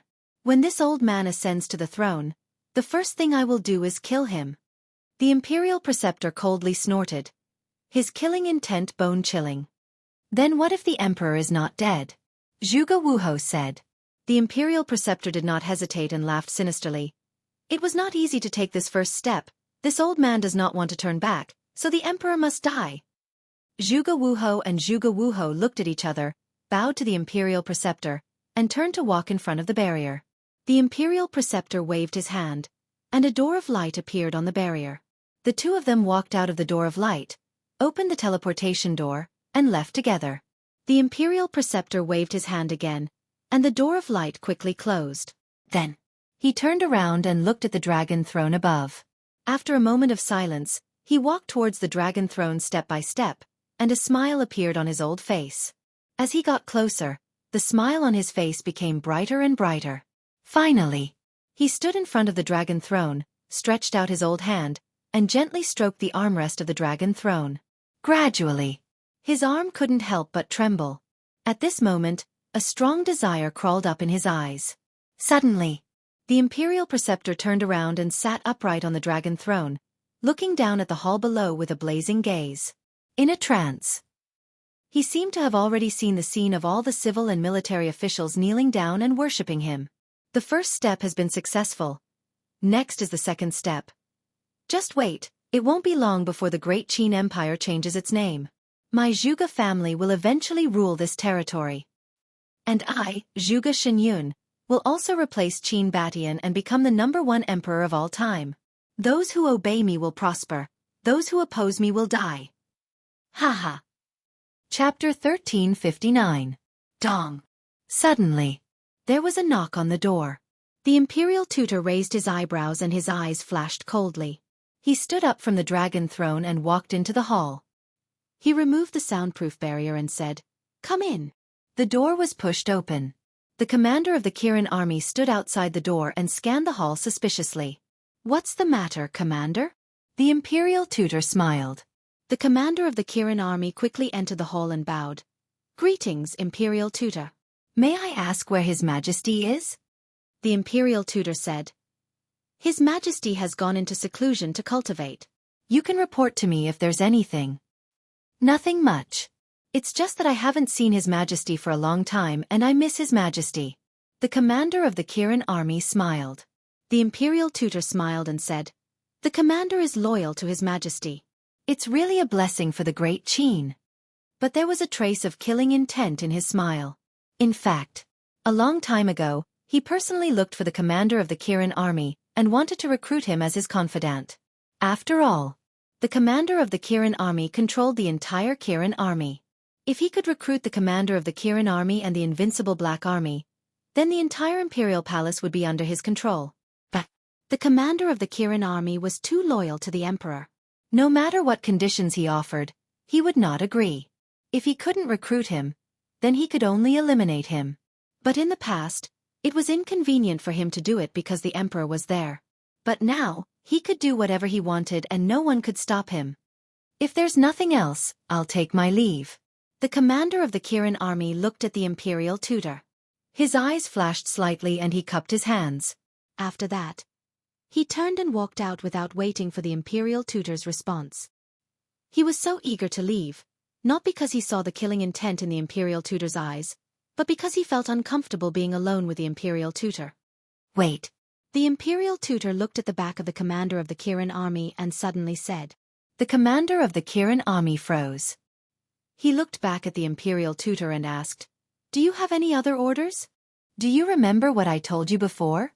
Now, I'll give you another chance. As long as you follow me, I'll let you enjoy endless glory and wealth. The Imperial Advisor said. My lord. This is the throne room.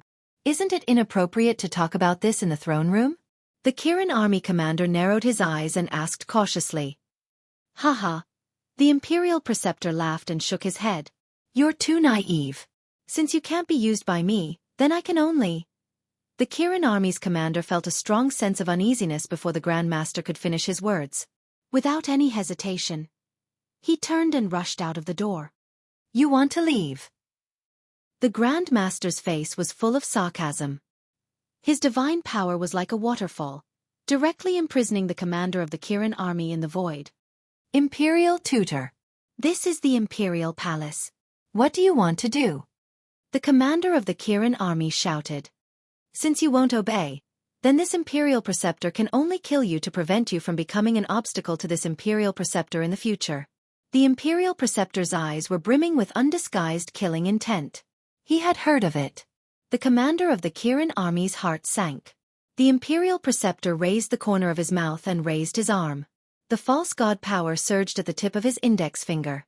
Feeling the terrifying killing intent, the commander of the Kirin army felt a chill down his spine. He couldn't help but feel despair. He shouted, I surrender. That's more like it. This Imperial Preceptor likes people like you who can adapt to the situation. The Imperial Preceptor laughed proudly and formed a seal with both hands. The Blood Soul technique was formed. Blood Soul technique. The commander of the Kirin army's expression changed. Although the Blood Soul technique was a secret technique, he knew a thing or two about it. Whoosh. The mark formed by the Blood Soul technique entered the body of the commander of the Kirin army. Ah! The commander of the Kirin army screamed in pain. The Imperial Preceptor looked at the commander of the Kirin army with a smile on his face. Currently, he controlled the Tribunal Council and the invincible Black Army. Now that he had the Kirin army, the Great Qin Empire was basically in his pocket. But just as the Imperial Preceptor was feeling complacent, a sudden change occurred. The Imperial Preceptor's body shook violently as he spat out a mouthful of blood. The majesty that imprisoned the commander of the Kirin army also dissipated in an instant. The commander of the Kirin army flew into the air without hesitation and fled in panic. But in his heart, he was extremely surprised. What was going on? He clearly felt that he was about to be controlled by the Imperial Preceptor's Blood Soul technique. But a mysterious force suddenly appeared in his mind and instantly destroyed the Imperial Preceptor's Blood Soul technique. How is this possible? In the throne room, the Imperial Preceptor's face was filled with disbelief. Wait! This situation is exactly the same as when I controlled Lei Bao. Could it be related to Qin Feiyang again? Damn little bastard. You dare to ruin this Imperial Preceptor's plans again and again. This Imperial Preceptor will not let you off. The Imperial Preceptor roared in his heart. He then flew out of the hall and stood in the air above the throne room, scanning the surroundings. Soon, he found the commander of the Kirin army. He suddenly found that the commander of the Kirin army was heading in the direction of the Bright Sky Palace. To the Bright Sky Palace. Could it be that the commander of the Kirin army has already surrendered to Qin Feiyang?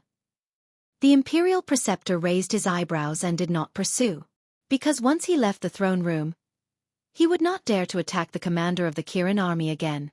After all, the commander of the Kirin army held great power and had an important position in the imperial capital. If he were to be killed in public, it would arouse criticism from others. Most importantly, it would attract the attention of those old monsters in the back mountain of the imperial palace. This was not a good thing for the Imperial Preceptor. Of course, he was not worried that the commander of the Kirin army would spread the news. Because the commander of the Kirin army knew his methods. He also knew that even if he spread the news, not many people would believe him. Qin Feiyang, open the door. I have something to see you. Bright Sky Palace. The commander of the Kirin army panted as he landed in front of the palace and knocked hard on the door. Qin Feiyang heard it from inside the castle, but he turned a deaf ear. Bang! The commander of the Kirin army was burning with anxiety. He opened the door with a palm, only to see that it was empty inside. He ran into the main hall and closed the door, shouting, I know you are in the castle. Come out quickly. I really have something important to tell you. However, inside the main hall, there was still a dead silence except for the commander of the Kirin army's roar. Back mountain of the imperial palace. At a certain mountain stream, there was a dense fog and a cold wind blew. It seemed unfathomable. An old man with white hair walked out of the fog. It was old Qin. But at this moment, he staggered and his eyes were lifeless. His two arms hung weakly as if he had lost his soul. What should I do? He muttered to himself, his old face full of helplessness. He continued to walk like a walking corpse. Unknowingly, he left the back mountain and entered the imperial palace. Unknowingly, he came to the front of the Bright Sky Palace. Qin Feiyang has already left. What is this old man doing here? The sins of heaven can be forgiven, but the sins brought on by oneself are the hardest to bear. The situation today is all caused by this old man. If this old man was not careless and let His Majesty use the divine order from the beginning, how could things be like today? Old Qin shook his head and laughed at himself. He was ready to leave. Qin Feiyang, please come out and see me, okay? Suddenly, the voice of the commander of the Kirin army came from the Bright Sky Palace. And old Qin was slightly stunned and turned to look at the closed door. Why was the commander of the Kirin army inside? Old Qin walked to the door with doubts and pushed it open. The commander of the Kirin army thought it was Qin Feiyang and was overjoyed. But it was old Qin. Old Qin entered the main hall and asked, "What are you doing here?" "Close the door first," the commander of the Kirin army said. Old Qin turned around and closed the door. He then looked at the commander of the Kirin army and said, "Looking at your anxious look, did something happen?" The commander of the Kirin army said in a deep voice, "Just now in the throne room, the imperial advisor was going to kill me." "What?"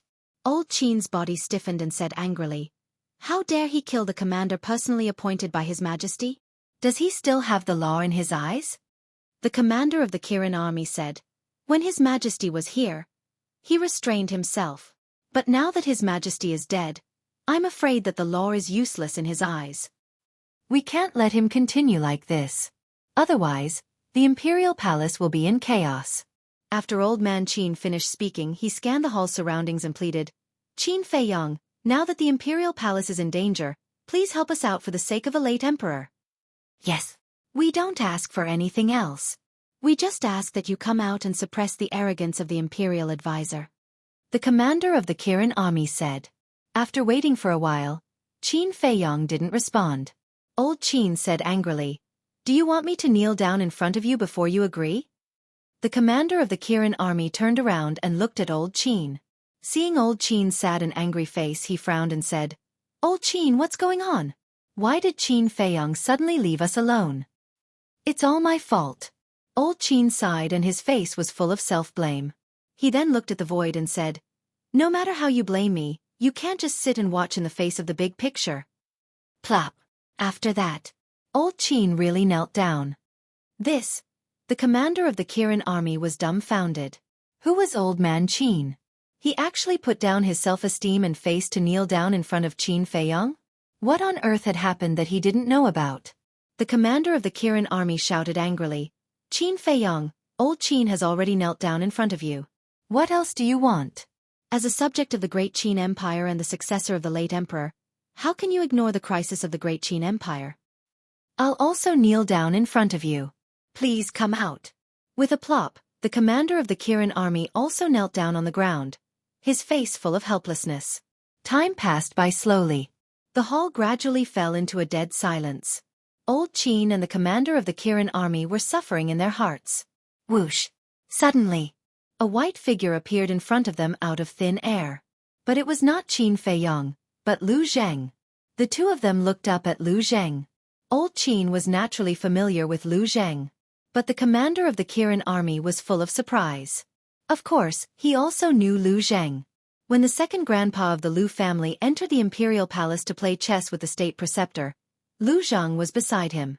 But why was this person by Qin Feiyang's side? "Where is Qin Feiyang?" Old Qin asked. Lu Zheng looked at the two of them and sighed. "Old Qin, commander, you'd better get up first. My little cousin can't accept such a big gift. If he doesn't come out, I won't get up." The commander of the Kirin army shook his head. "Why do you have to do this?" Chapter 1360. What? The commander of the Kirin army was shocked. He turned to look at Elder Qin and asked, "Do you know where His Majesty is?" Elder Qin smiled bitterly and shook his head. "I don't know." "Elder Qin, don't treat us like fools, okay? You helped His Majesty plot against my cousin. How could you not know?" Lu Zheng sneered. "Plot against Qin Feiyang? What's going on?" The commander of the Kirin army was confused. How many more things were these people hiding from him? Elder Qin said, "I admit that I was wrong, but His Majesty didn't tell me where he was going before he left." "Really?" Lu Zheng asked. Once a person lost his integrity, it was difficult to trust him again. Elder Qin said, "I swear that if I lie, I'll be destroyed." Lu Zheng furrowed his brows. He dared to make such a vicious oath. It seemed that Elder Qin really didn't know. Lu Zheng said, "Then why did His Majesty pretend to be dead and leave the capital? Don't tell me you don't know either." "Pretend to be dead?" The commander of the Kirin army looked at Elder Qin in surprise. Elder Qin felt bitter. He looked at Lu Zheng and said, "If I say I don't know, will you believe me?" "What do you think?" Lu Zheng asked. Old Man Qin let out a long sigh and said, "Back then, this old man told Qin Feiyang that the current His Majesty is completely unpredictable. Although this old man can see that he is hiding a lot of things in his heart, he has never told anyone." The commander of the Kirin army said, "I can prove that because I also found out something. But His Majesty didn't say anything, and as a subject, I didn't dare to ask. And I also found that he doesn't trust anyone, including me." The commander of the Kirin army added. Lu Zheng couldn't help but feel agitated. What on earth was this person trying to do? Old Man Qin said, "Call Qin Feiyang out. This old man has something very important to tell him." Lu Zheng calmed himself down and said, "My little cousin can hear you from the castle. You can speak freely." Old Qin said in a solemn voice, "I wonder if you guys have heard of Emperor Hong, this person?" Emperor Hong. Lu Zheng's gaze trembled. The face of the Qilin army commander was also instantly filled with fear that could not be removed. Whoosh! Just as Old Man Qin finished speaking, Qin Feiyang appeared out of thin air, his face filled with shock. Seeing Qin Feiyang finally appear, Old Man Qin and Old Man Qin were overjoyed. Even his eyes were a little blurry. Qin Feiyang said, "Get up. Kneeling like this will shorten my lifespan." The two of them then stood up. Qin Feiyang looked at Old Man Qin and asked, "Why are you mentioning Emperor Hong?" Old Man Qin said, "I believe you have received the news of the Imperial Advisor's actions in the throne room, right?" Qin Feiyang nodded. Old Man Qin asked, "Then do you know who is impersonating His Majesty?" Who? Qin Feiyang frowned. Zhuge Nanhua. Old Man Qin said word by word, his eyes shining with a cold light. What? His Majesty was impersonated by Zhuge Nanhua. The commander of the Kirin army was once again dumbfounded. He looked at the three of them and roared, "How many more things are you hiding from me?" Don't worry. You'll know everything later. Old Man Qin looked at the commander of the Kirin army and said, then looked at Qin Feiyang and said, "At that time, this old man was very angry and was ready to kill Zhuge Nanhua, but do you know? Everything the imperial advisor did had already been approved by Emperor Hong." Emperor Hong is not dead? Lu Zheng was surprised. Qin Feiyang was also shocked. Old Man Qin said, "Yes, Emperor Hong is not dead. He has been cultivating in the back of the mountain, but he has not appeared for a long time and does not care about the affairs of the world." Everyone mistakenly thought that he had already passed away. Qin Feiyang's heart was immediately set off by stormy waves. He knew better than anyone else the identity of this Emperor Hong. Moreover, not only was his status noble, his strength was also extremely strong. He was a legendary peerless figure. It was no exaggeration to say that even the current emperor had to obey an order from Emperor Hong. It was indeed as Old Man Qin had said. Many people thought that Emperor Hong had already passed away. But who would have thought that he was still alive and well? The commander of the Kirin army asked, "Why would Emperor Hong agree to such an absurd act of the imperial advisor?" For this matter, this old man specially went to find Emperor Hong. Emperor Hong said that a family cannot be without a master for a day, and a country cannot be without a ruler for a day. Now that His Majesty's whereabouts are unknown, we must prepare for the worst. If His Majesty doesn't return or dies outside, then someone must take over the throne. Old Man Qin said. The commander of the Kirin army frowned and said, "If that's the case, then we can let the little prince directly inherit the throne. But why let the imperial advisor take over the court first?" On one hand, the imperial advisor is highly respected and has outstanding ability. No one is more suitable than him. On the other hand, Emperor Hong also has some concerns. Old Man Qin said. "What concerns?" Lu Zheng asked. "Civil unrest. If the little prince directly inherits the throne, it will inevitably cause a sensation. At that time, it may even shake the foundation of the great Qin Empire. After all, the inheritance of the throne is not a trivial matter. It will involve a lot of things. Another thing, if the little prince inherits the throne now, what will happen if the emperor comes back alive in the future?" So there needs to be a transition period here. Old Man Qin said. So it's like this. In order to avoid causing panic, Emperor Hong allowed the imperial advisor to let Zhuge Nanhua pretend to be His Majesty and announce in public in the throne room that he would go into seclusion to break through to the false god realm. And with this fake imperial edict, no one will have any objections to the imperial advisor taking over the court. Lu Zheng suddenly said. "That's right." Old Man Qin nodded and said angrily, "But Emperor Hong doesn't know the real purpose of the imperial advisor. The imperial advisor is simply using Emperor Hong to achieve his ambitions." Qin Feiyang said indifferently, "You can tell Emperor Hong that the emperor is not dead. If I could say it, would this old man still be standing here begging you?" When His Majesty arrived at the Butterfly Valley, he told this old man not to reveal the news that he is not dead to anyone. Old Man Qin sighed helplessly. "This is what you deserve. Don't expect us to sympathize with you." Lu Zheng snorted coldly. Old Man Qin's heart was extremely bitter. Qin Feiyang said, "What you just said should be the first step of the imperial advisor's plan. What is the second step of his plan?" "Wait." Old Man Qin said. "Wait." The commander of the Kirin army and Lu Zheng looked at each other, their eyes full of suspicion. "He is waiting for the right time." Qin Feiyang thought for a while and said, "Yes." After a while, if His Majesty still hasn't returned, he will continue to let people pretend to be His Majesty and fake imperial edicts. His Majesty has successfully broken through to the false god realm. However, after breaking through to the false god realm, His Majesty is already tired of everything in the secular world.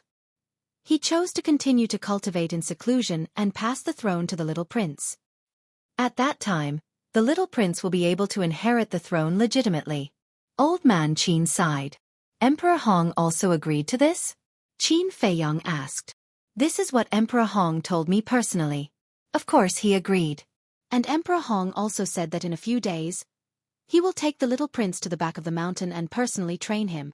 Old man Qin was worried, and his expression was extremely haggard. Little prince, Qin Feiyong murmured and said with a smile, I have no objections to letting the little prince inherit the throne. Old man Qin's expression froze and he said angrily, You know that His Majesty is not dead, and you still say such things. Isn't that too much? Besides, do you think that the imperial advisor will really support the little prince? He's just using the little prince. In other words, the little prince is purely a puppet. In the end, he will definitely die in the hands of the imperial advisor. Old man Qin was furious. He never thought that Qin Feiyong would actually agree with the little prince inheriting the throne. Of course I know. But I'm more willing to see what expression the emperor will have when he returns and finds that his own son has replaced him and sat on the throne of the emperor. Qin Feiyong joked. Little cousin, don't forget the imperial jade seal. The imperial jade seal must be in the hands of the emperor now. As long as the imperial jade seal is still there, no one can take away his throne. Lu Zheng said. My original thoughts were the same as yours, but when I found out that Emperor Hong was not dead, I changed my mind. Do you know why? Because as Old Man Qin said, the inheritance of the emperor's throne is related to the foundation of the country. If the little prince really ascends to the throne, Emperor Hong will not allow the emperor to ascend to the throne again, because this is too childish. Although the emperor has the imperial jade seal in his hands, it doesn't mean much. Because as long as Emperor Hong says a word, he will obediently hand it over. Unless he can rush back to the imperial capital before the little prince inherits the throne, otherwise, no matter how he struggles, he will lose everything forever. Qin Feiyong sneered. When Old Man Qin heard these words, his gaze trembled slightly. He actually didn't think of this point. Lu Zheng frowned and said, Then the little prince inherits the throne. He will need the imperial jade seal, right? Isn't that simple? They even dare to pretend to be the emperor. How difficult is it to forge an imperial jade seal? Qin Feiyong said indifferently. Old Man Qin's gaze trembled, and he hurriedly said, Qin Feiyong, you can't treat your father like this. Although he did do a lot of things to let you down, as a son, can't you be a little more magnanimous? Magnanimous? Have you ever tasted the feeling of being abandoned and living a life worse than death? Have you ever tasted the despair of falling from heaven to hell overnight? Have you ever tasted the pain of being hurt by the father you respect and rely on the most? Have you ever tasted the torture of not being able to recognize your mother even though she's right in front of you? You haven't. Then may I ask, what qualifications do you have to talk to me about these principles here? Qin Feiyong roared, his eyes bloodshot. Old Man Qin fell silent. Actually, when I first returned to the imperial capital, if he was willing to tell me the reason, even if he had made 1,000 mistakes, I would have forgiven him. But he didn't. Not only did he not, but he continued to hurt me. The most unforgivable thing is that he actually hurt Mother. Do you know? Every time I think of what happened to Mother all these years, my heart feels like it's stabbed with a knife, bleeding and hurting. How I wish that the person who suffered in the imperial palace was me, not Mother. Chapter 1361. Looking at Qin Feiyong's painful expression, Lu Zheng and the commander of the Kirin army fell silent. Old Qin was unable to refute. Because it was the truth. The reason why Qin Feiyong hated the world so much was because of the emperor. After a long time, Lu Zheng let out a long sigh. He stepped forward and patted Qin Feiyong's shoulder, comforting him, Everything will be fine. Qin Feiyong smiled reluctantly.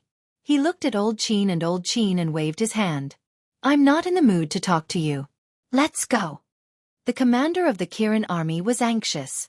He was about to say something. Forget it. There's nothing to say now. Let's go. Old Qin stopped the commander of the Kirin army.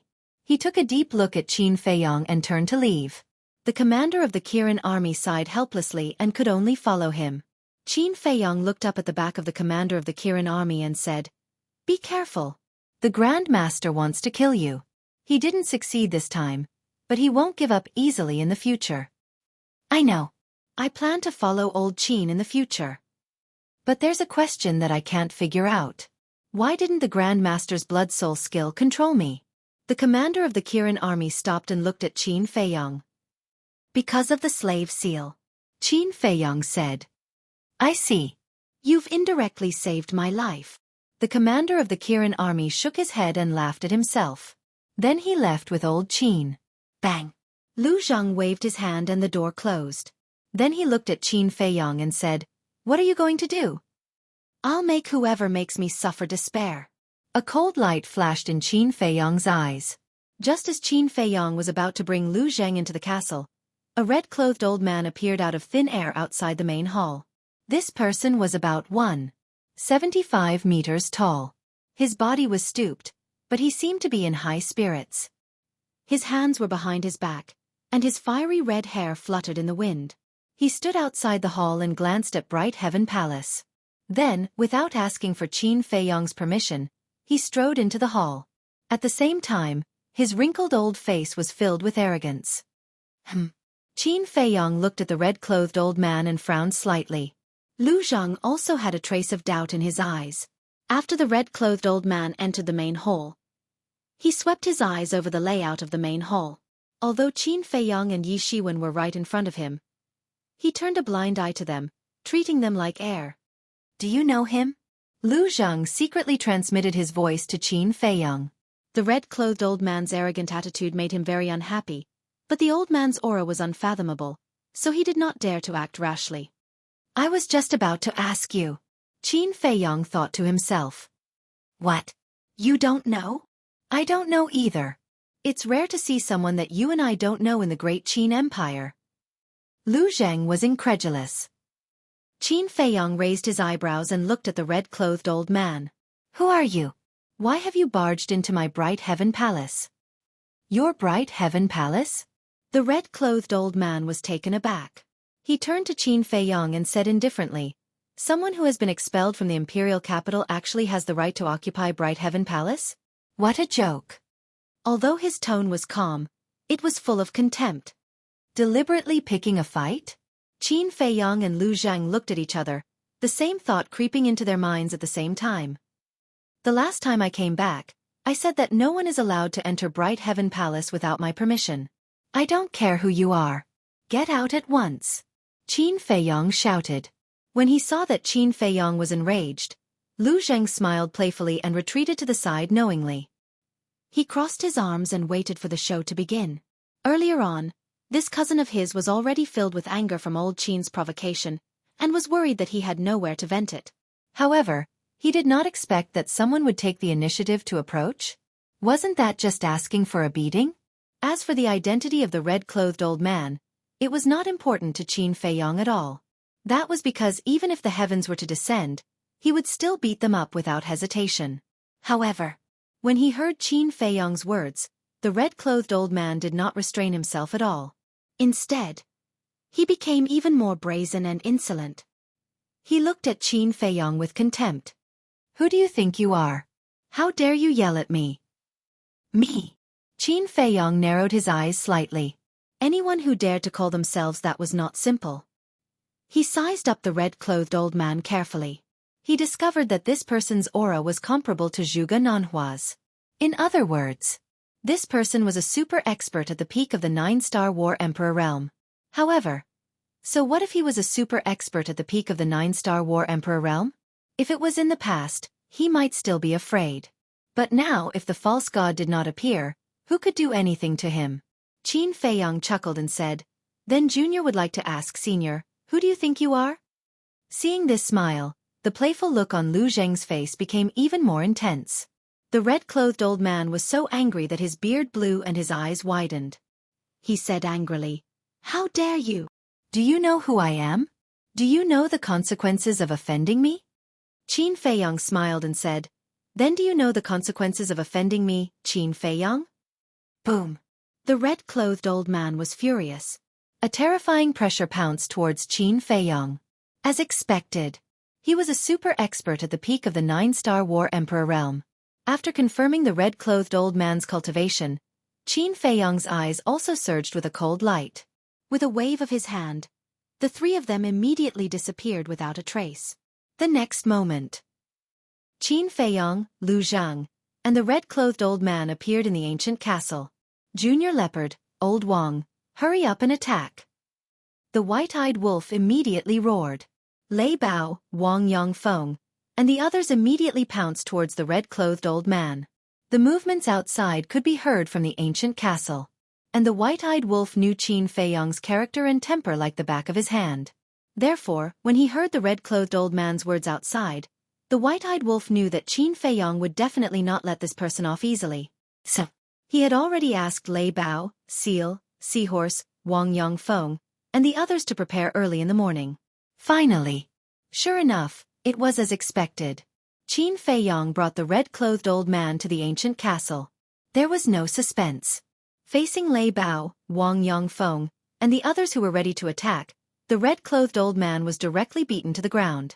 His entire body was dripping with blood in an instant, and miserable howls could be heard incessantly. His qi was shattered by Lei Bao at the first moment. "You are simply too presumptuous. How dare you beat me? Quickly stop. Then kneel down and apologize to me. Otherwise, I will not let you off easily." The red-clothed old man howled and roared at the same time. He was almost crazy. "How dare you be so arrogant? Continue to beat him up.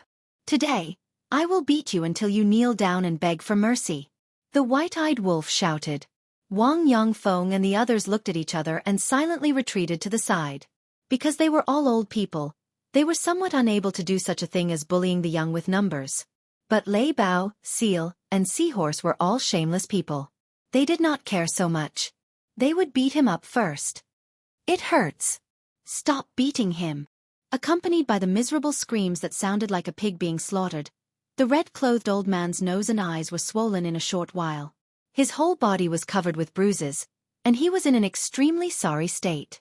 And Qin Feiyong, with his hands behind his back, stood at the side like a sharp sword, his face shining with a cold light. Lu Zhang leaned against the wall at the side, crossed his arms in front of his chest, and looked at the red-clothed old man gloatingly. "Qin Feiyong, if you don't make them stop, I can guarantee that you will regret it for the rest of your life." The red-clothed old man had been beaten to the point that he could not get up from the ground, but he was still so arrogant. He raised his head and looked at Qin Feiyong, his eyes filled with a sinister light. Qin Feiyong said expressionlessly, "Whether you will regret it or not, I don't know, but I know that you might die today." Hearing this, the red-clothed old man's gaze trembled and he roared, "I am someone by Emperor Hong's side, you dare to kill me?" "What? Emperor Hong's people?" As soon as these words came out, everyone was shocked. The thunder leopard and the other two beasts couldn't help but stop and look at Qin Feiyong. Although they didn't know who Emperor Hong was, hearing the conversation between Qin Feiyong and Elder Qin, it wasn't hard to imagine that he was definitely a terrifying existence. Lu Zhang also frowned, his expression somewhat solemn. Only Qin Feiyong was still expressionless. He didn't say anything, and only looked at the red-clothed old man. At this moment, the red-clothed old man couldn't help but panic. Because the look in Qin Feiyong's eyes right now made him feel afraid. And it was a kind of fear that came from the depths of his soul. "So what if you're Emperor Hong's people? Continue to beat him up." Suddenly, Qin Feiyong said coldly, "Order received." With Qin Feiyong's words, what else was there to worry about? The thunder leopard and the other two beasts swarmed forward again. The leopard's claws, the horse's hooves, like a torrential storm, landed on the red-clothed old man's body. Ah! The red-clothed old man's life was worse than death. He never would have thought that after knowing that he was one of Emperor Hong's men, Qin Feiyong would still dare to continue beating him up. "Stop hitting me, stop hitting me. If you keep hitting me, I'll die. I'm begging for mercy, it's my fault." He was truly afraid. He looked at Qin Feiyong pleadingly and cried out. Qin Feiyong turned a deaf ear to him. It wasn't until the thunder leopard and the other two beasts had beaten the red-clothed old man's body that Qin Feiyong waved his hand, indicating for the three beasts to retreat. "Overestimating yourself. Reckless fool. I don't know what I'm talking about." The thunder leopard and the other two beasts looked at the red-clothed old man with disdain, then retracted their claws and hooves and retreated to the side. The red-clothed old man was about to get up. After all, he was a super expert at the peak of the 9-star War King realm.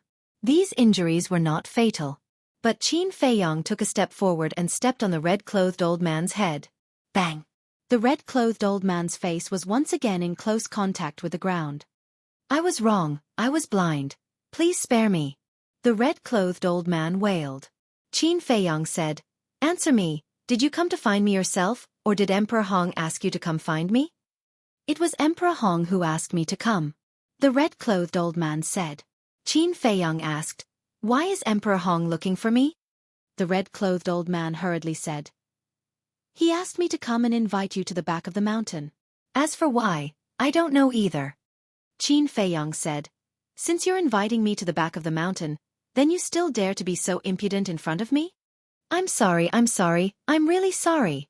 The red-clothed old man hurriedly apologized.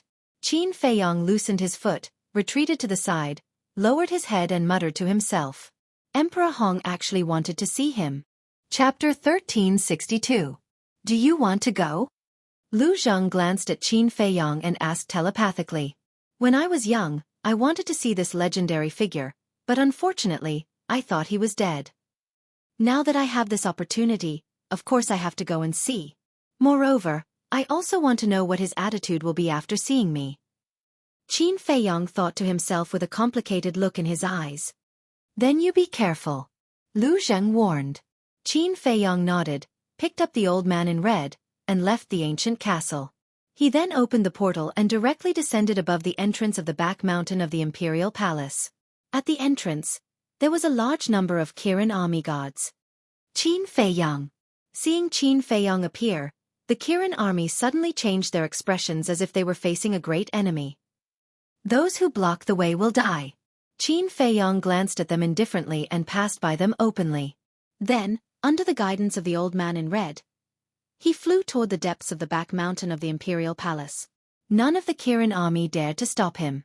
However, after Qin Feiyang disappeared, they immediately released the news. What is he doing in the back mountain? The imperial advisor received the news and his old face was full of surprise. At the same time, old Qin and the Kirin army commander were also full of doubts. After a while, Qin Feiyang came to a black fog. The black fog covered the mountains and the earth in all directions. There were no beasts or plants in the area covered by the black fog.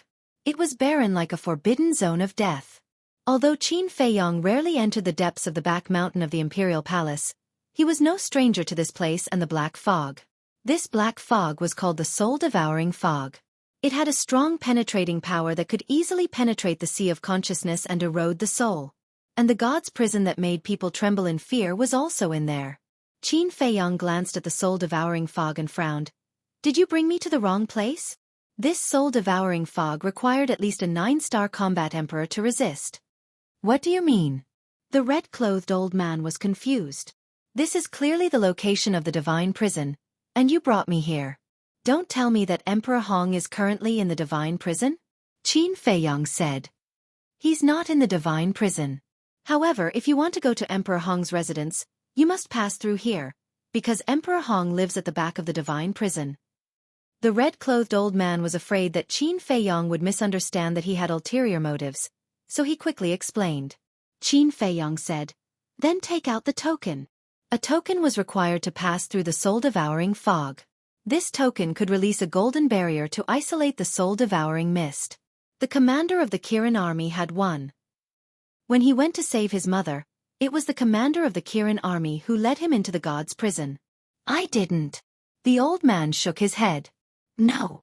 Qin Feiyang raised his eyebrows.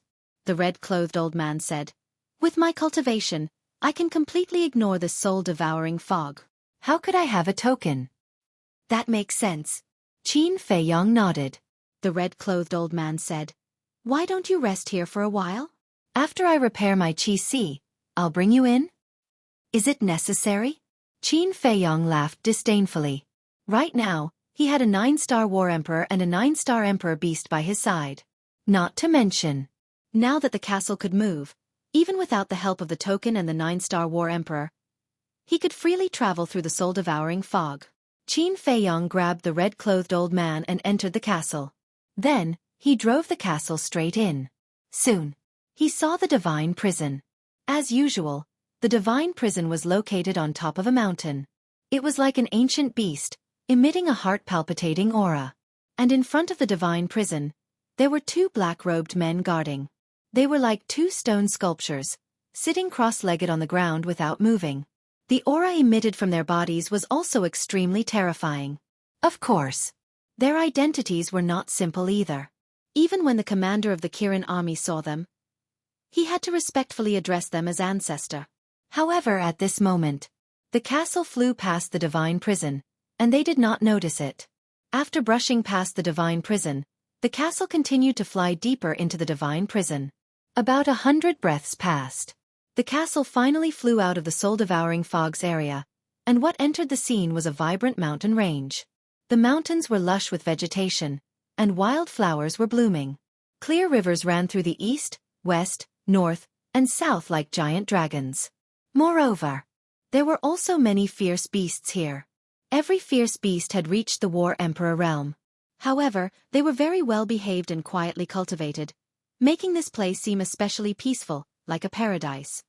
I didn't expect that there would be such a peaceful place hidden in the back mountain of the Imperial Palace. Qin Feiyong brought the red-clothed old man and appeared above a mountain ridge. He scanned the mountains below with a surprised expression. The fierce beasts in the mountain stream also discovered Qin Feiyong. But not a single fierce beast went to find trouble with Qin Feiyong. They all looked at him curiously. Where do we go now? Qin Feiyong retracted his gaze, looked at the red-clothed old man and asked. Continue forward, about 20 miles, and you will see a huge mountain. Emperor Hong is there. The red-clothed old man said. Qin Feiyong waved his hand, and brought the red-clothed old man, cutting through the sky like lightning. Not long after, he saw the huge mountain that the red-clothed old man had mentioned. The huge mountain was more than 1,000 feet tall, surrounded by mist, and auspicious beasts were flying.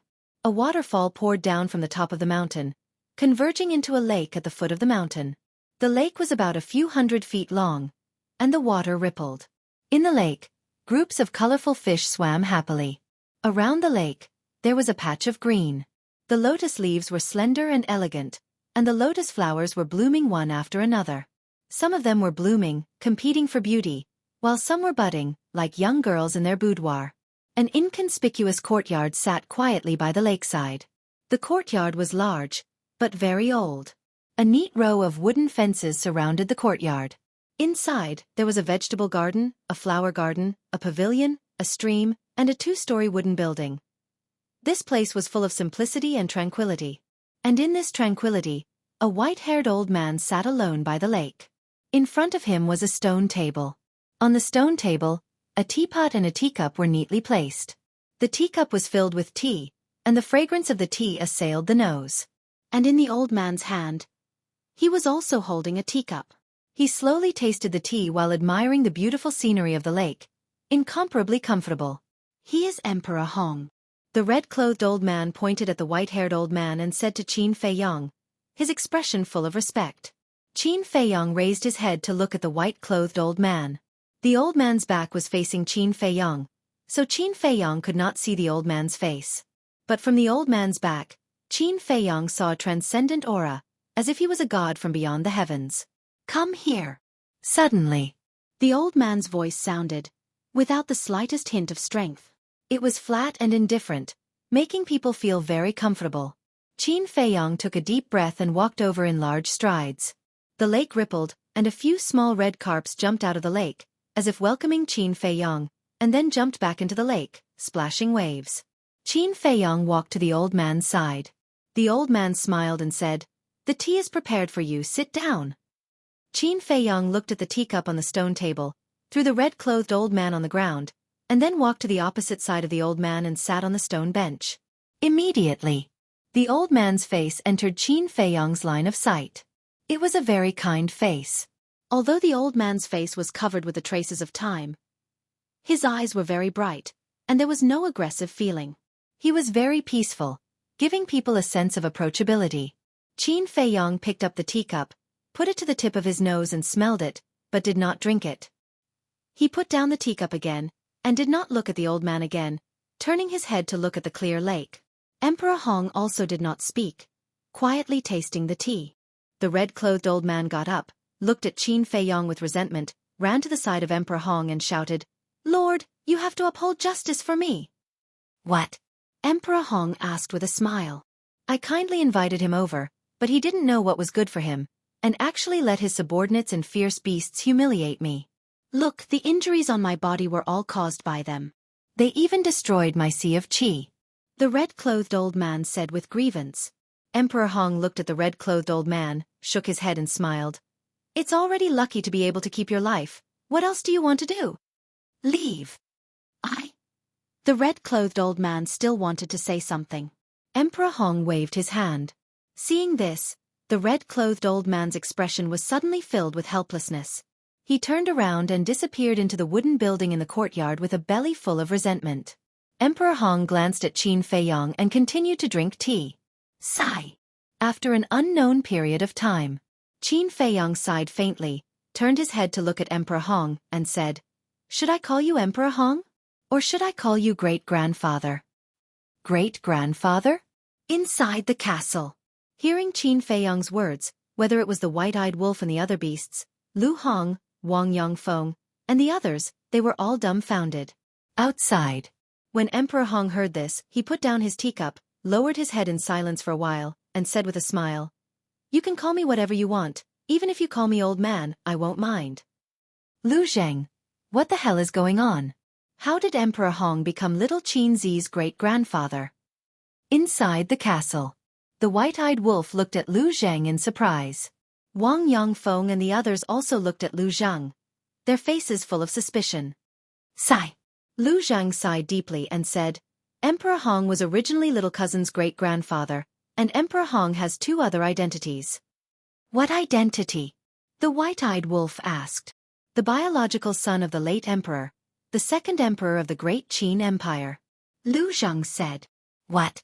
Everyone's expression changed. The biological son of the late emperor? The second emperor of the Great Qin Empire? God. This old man's identity was too terrifying. No wonder even the state preceptor and elder Qin were so respectful to Emperor Hong. By the lake. Qin Feiyong looked at Emperor Hong quietly, and then shook his head with a smile, and said indifferently, I am a person who has been expelled from the imperial palace. What qualifications do I have to call you great-grandfather? It's better to call you Emperor Hong, so as to avoid falling into the hands of others, saying that I, Qin Feiyong, am trying to climb up the ranks. As long as you're happy. Emperor Hong smiled. There was no reluctance, as if in his eyes, Qin Feiyong was really not a descendant of his Qin clan. Qin Feiyong laughed at himself. Originally, he thought that when Emperor Hong heard his words, he would feel a little regret, but in the end, he was very disappointed. Actually, although Qin Feiyong hated the emperor, he did not hate everyone. Chapter 1363. Because Emperor Hong was his great-grandfather after all. Blood was thicker than water. If just now, Emperor Hong could show even the slightest bit of regret, Qin Feiyong would respectfully call him great-grandfather. What a pity. He didn't see it. Was it sad? He felt that he was indeed quite sad. As a descendant of the Qin clan, he was actually so unrecognized. After letting out a long breath, Qin Feiyong looked at Emperor Hong and said, I don't want to talk nonsense, just say it, why are you looking for me? Emperor Hong looked at Qin Feiyong in astonishment and said with a smile, I've often heard people say that you are a swift and decisive person. It really isn't false at all. Since that's the case, then this old man will not beat around the bush. Qin Feiyong looked at him calmly. Emperor Hong asked, Not long ago, what happened in the throne room, I believe you have already received the news, right? Yes. Qin Feiyong nodded. Do you know the reason? Emperor Hong asked. Qin Feiyong said, I know everything. Emperor Hong was slightly taken aback, and asked suspiciously, The emperor was impersonated by Zhuge Nanhua, you know that too? What are you trying to say? Qin Feiyong began to get impatient. Emperor Hong laughed. Young man, don't be so impatient.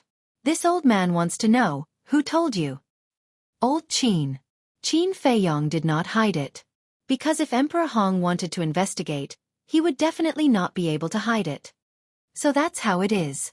Emperor Hong nodded his head in realization and said with a smile, It's good that you know, lest this old man say another word and waste time. Qin Feiyong frowned and asked in confusion, What do you mean? And you plan to tell me these things personally? Yes. Emperor Hong nodded. Why? Qin Feiyong was puzzled. Emperor Hong said, Because this old man wants you to know the truth, and only after knowing the truth can I cut off your thoughts. The more Qin Feiyong listened, the more he felt that something was wrong and said, "What thoughts do I have?" Emperor's throne. Emperor Hong drank a mouthful of tea, raised his head to look at Qin Feiyong, and said, "Whoosh." Qin Feiyong suddenly stood up, his eyes burning with anger. It turned out that this old man was worried that he would covet the throne. Emperor Hong smiled and said, "Don't tell this old man that you don't have any thoughts about the throne?" Haha. Qin Feiyong raised his head and laughed out loud. She had specially called him over because she suspected him? Great-grandfather? Family? Haha. What a joke. At this moment, his heart was as cold as steel. He, Qin Feiyong, would rather not have such a family. Qin Feiyong returned to the stone bench. The respect in his heart for Emperor Hong had already vanished without a trace. He sneered and said, "Are you so sure that I have thoughts about the throne?" Emperor Hong said, "If you don't have any thoughts, why did you kill the princes back then?" "Just because I killed the princes, it means that I have designs on the throne? Old man, is that all you can think of?" Qin Feiyong chuckled and said, not concealing the ridicule. Emperor Hong was not angry either. He smiled faintly and said, "This old man's head might not be as good as yours, but this old man's strength, I'm afraid that you will never be able to catch up in this lifetime." Haha. Qin Feiyong laughed loudly again and said, "Are you very strong?" "At least stronger than you, isn't it?" Emperor Hong said with a smile. "That's true. After all, you have lived for at least 10,000 years, and I have only lived for a few decades. In terms of strength, I definitely can't compare to you." Qin Feiyong said with a smile. As long as one was not a fool, the meaning behind these words could be understood. It was clearly mocking Emperor Hong. Emperor Hong also did not know if he was really broad-minded, or was he enduring. There was not the slightest trace of anger on his face. It was as calm as ever. "It's useless to say more. This old man just wants to tell you, if the emperor is really harmed, the little prince will be the only successor to the throne. As for you, you can live in the imperial capital, but the prerequisite is that you don't do anything out of line. After all, you are no longer a member of my Qin clan. This old man can give you a better suggestion. Where did you come from? Where did you come from? You have a free and unfettered life, and we also have a relaxed and carefree life. Why not?" Emperor Hong said with a smile. "Makes sense." Qin Feiyong nodded.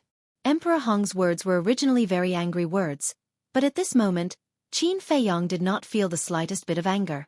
His heart was as calm as the Dead Sea.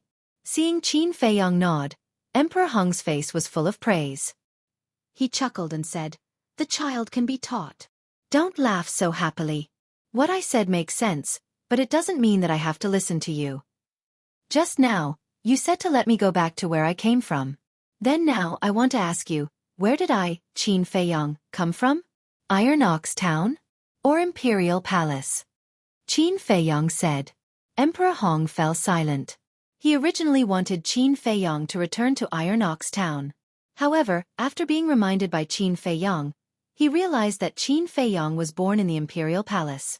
A moment later, Emperor Hong raised his head to look at Qin Feiyong and said with a smile, "You can live in Bright Heaven Palace, but don't touch things that you can't touch. Don't worry, I'm not interested. And on the contrary, I will help the little prince ascend to the throne." Qin Feiyong said with a smile. Emperor Hong frowned for the first time, because this answer surprised him too much. He asked suspiciously, "Why are you doing this?" "Because the little prince is my younger brother. He's still young and inexperienced. Of course I have to help him. Moreover, if I'm not by his side, I'm still a little worried. After all, the current imperial palace is too chaotic. What if someone wants to harm him?" Qin Feiyong chuckled. Emperor Hong was silent. He looked at Qin Feiyong, trying to distinguish the truth from Qin Feiyong's expression. But in the end, he couldn't see anything. Qin Feiyong said indifferently, "Is there anything else?" Emperor Hong said, "Take care of the people and beasts around you. Don't let them continue to mess around in the imperial capital." A small matter. Qin Feiyong's face was full of smiles. After saying that, he got up and said, "Then I'll take my leave." Emperor Hong nodded. Qin Feiyong immediately turned around and strode away. But suddenly, He stopped again, turned his head to look at Emperor Hong and said with a grin, "I forgot to tell you one more thing." "Speak." Emperor Hong laughed. 30 years in the east, 30 years in the west. Today I, Qin Feiyang, am indeed unable to catch up to your strength. But remember, one day, I, Qin Feiyang, will let you have a taste of what it's like to be unable to catch up. Qin Feiyang said. "This old man is waiting, and I'm looking forward to it." Emperor Hong said with a faint smile. "Don't worry. I won't let you wait too long." After Qin Feiyang finished speaking, with a wild laughter, he cut through the sky like lightning and disappeared into the horizon. Emperor Hong looked in the direction where Qin Feiyang disappeared, his eyes flickering. At this time, the red-clothed old man walked out of the wooden building. His qi had been repaired, and his injuries were almost healed. He raised his head and looked in the direction where Qin Feiyang disappeared, then quickly walked to the side of Emperor Hong and bowed. "My lord, you are his great-grandfather. He actually dares to be so presumptuous." "Great-grandfather," Emperor Hong muttered, shook his head and smiled, then retracted his gaze, picked up his teacup, and while sipping his tea he looked at the lake and said, "If you want to say something, just say it. Don't beat around the bush." The red-clothed old man said, "I want to say that I can't let him continue to be so arrogant. If necessary, I have to let him suffer."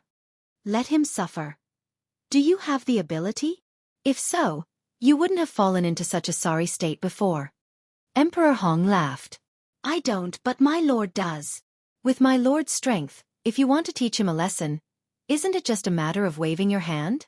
The red-clothed old man said. Emperor Hong sighed and said, "There is a saying that blood is thicker than water. Although he is in the wrong, how can I bear to hurt him? Moreover, he has also obtained the inheritance of my father." The red-clothed old man said, "My lord, you are raising a tiger." "Raising a tiger?" Emperor Hong smiled disapprovingly and said, "Do you really think that he will surpass me one day?" "I admit, his talent is very good. But becoming a deity isn't an easy thing either. How many unparalleled geniuses are there in the world? Which one wasn't astonishingly talented when they were young? But in the end, how many can become a deity? Just like you, when you were young, you were also considered a monster. But now, aren't you still trapped at the peak realm of 9-star combat emperor, unable to advance an inch? Becoming a deity, what is needed is not just talent, but also mental state. Qin Feiyang, your obsession is too deep. Fate is already set. There is no chance to become a deity." Emperor Hong said with a faint smile. "To even be able to see this, my lord really has discerning eyes." The red-clothed old man's face was full of admiration. Bright Heaven Palace. Qin Feiyang returned to Bright Heaven Palace and directly entered the ancient castle, continuing to copy the third stroke of the line character formula. Looking at Qin Feiyang's back view, Fatso and the rest all had looks of wanting to say something but hesitated. "If you don't want to say it, then go away. Big brother will say it." The white-eyed wolf pushed away Fatso and the others, walked behind Qin Feiyang, and said, "Little Qin Zi, Big brother really feels that it's not worth it for you." "Why?" Qin Feiyang asked without turning his head. "In these 2 years, in order to deal with Mu Tianyang and the state preceptor, you have been running around everywhere and fell into desperate situations several times. Now, this Emperor Hong, not only did he not say a word of gratitude, he even targeted you like this. This is simply too much." The white-eyed wolf was furious. "Yes, he actually wants to drive you out of the imperial capital again. In Fat Lord's opinion, he doesn't treat you as family at all." Fatso snorted coldly. Qin Feiyang retracted his arm, turned to look at Fatso and the white-eyed wolf and asked, "Then in your opinion, how should I fight back?"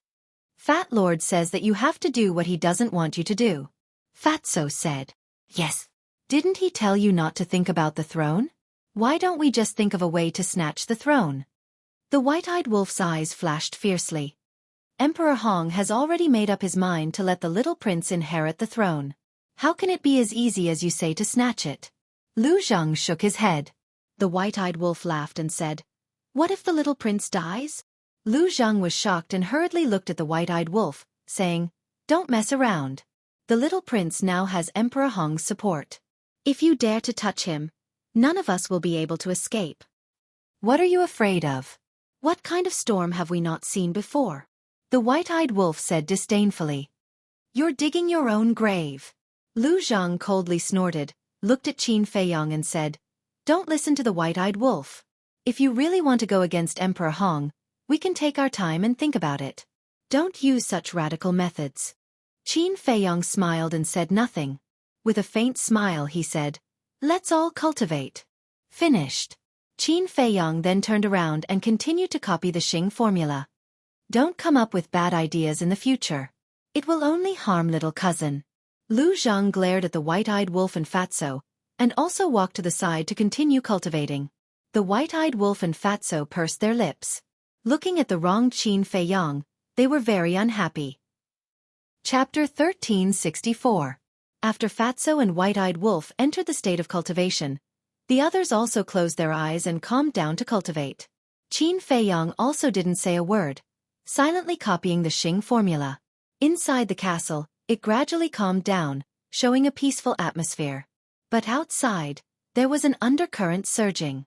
The first was the Imperial Preceptor. Although the first step of the plan had been completed, he didn't dare to relax at all. Because in his heart, there was always a thorn. This thorn was undoubtedly the Emperor. So next, he spared no expense and sent all the people he could trust to various places in the Great Qin Empire, including the 9 provinces, to find the whereabouts of the Emperor. Of course, the people who went to find the Emperor were all very low-key. Because once the news was leaked, the news of the Emperor's death would immediately spread throughout the Great Qin Empire. This was not the result that Emperor Hong wanted to see. As for Elder Qin and the commander of the Kirin army, at first, they were looking for various reasons to prevent the Imperial Preceptor's people from entering the 9 provinces. Because they knew that the Emperor was in the 9 provinces. Preventing the Imperial Preceptor's people from entering the 9 provinces was equivalent to protecting the Emperor. But soon, they realized that everything they had done was useless. Because now, the Imperial Preceptor had the support of Emperor Hong and was like the sun in the sky. It was impossible to stop the Imperial Preceptor. So, they could only give up. At the same time, they could only silently pray for the Emperor in their hearts. In addition, the descendants of the Zhuge family were also slowly becoming active. But their active way was to clamor for Qin Feiyong. Especially Zhuge Jinghong, who asked Xia Chongjin to slander Qin Feiyong in the temple all day long. He said that Qin Feiyong was timid, cowardly and incompetent, and didn't dare to accept Zhuge Jinghong's challenge. The reason he did this was naturally to provoke Qin Feiyong. However, Qin Feiyong, who received the news, didn't take it seriously at all. However, Qin Feiyong's silence caused Zhuge Jinghong to become even more aggressive and say anything. In the end, he even asked Xia Chongjin to insult Qin Feiyong's mother. Because everyone in the capital knew that the person Qin Feiyong cared about the most was his mother. Hence, Zhuge Jinghong felt that this would definitely infuriate Qin Feiyong. It was not only Zhuge Jinghong, all of the disciples of the War God Hall thought the same. That day, many disciples who usually did not show their faces came out of seclusion and gathered at the fighting arena, anticipating the arrival of Qin Feiyong. But when night fell, Qin Feiyong still did not appear. Everyone returned in disappointment. Disappointed, he couldn't help but shake his head in mockery. His mother was humiliated in public, but he didn't even show up. What an idiot. However, on the second day, something happened that shook the entire temple. Someone discovered the corpses of Zhuge Jinghong and Xia Zhongjin in the fighting arena early in the morning.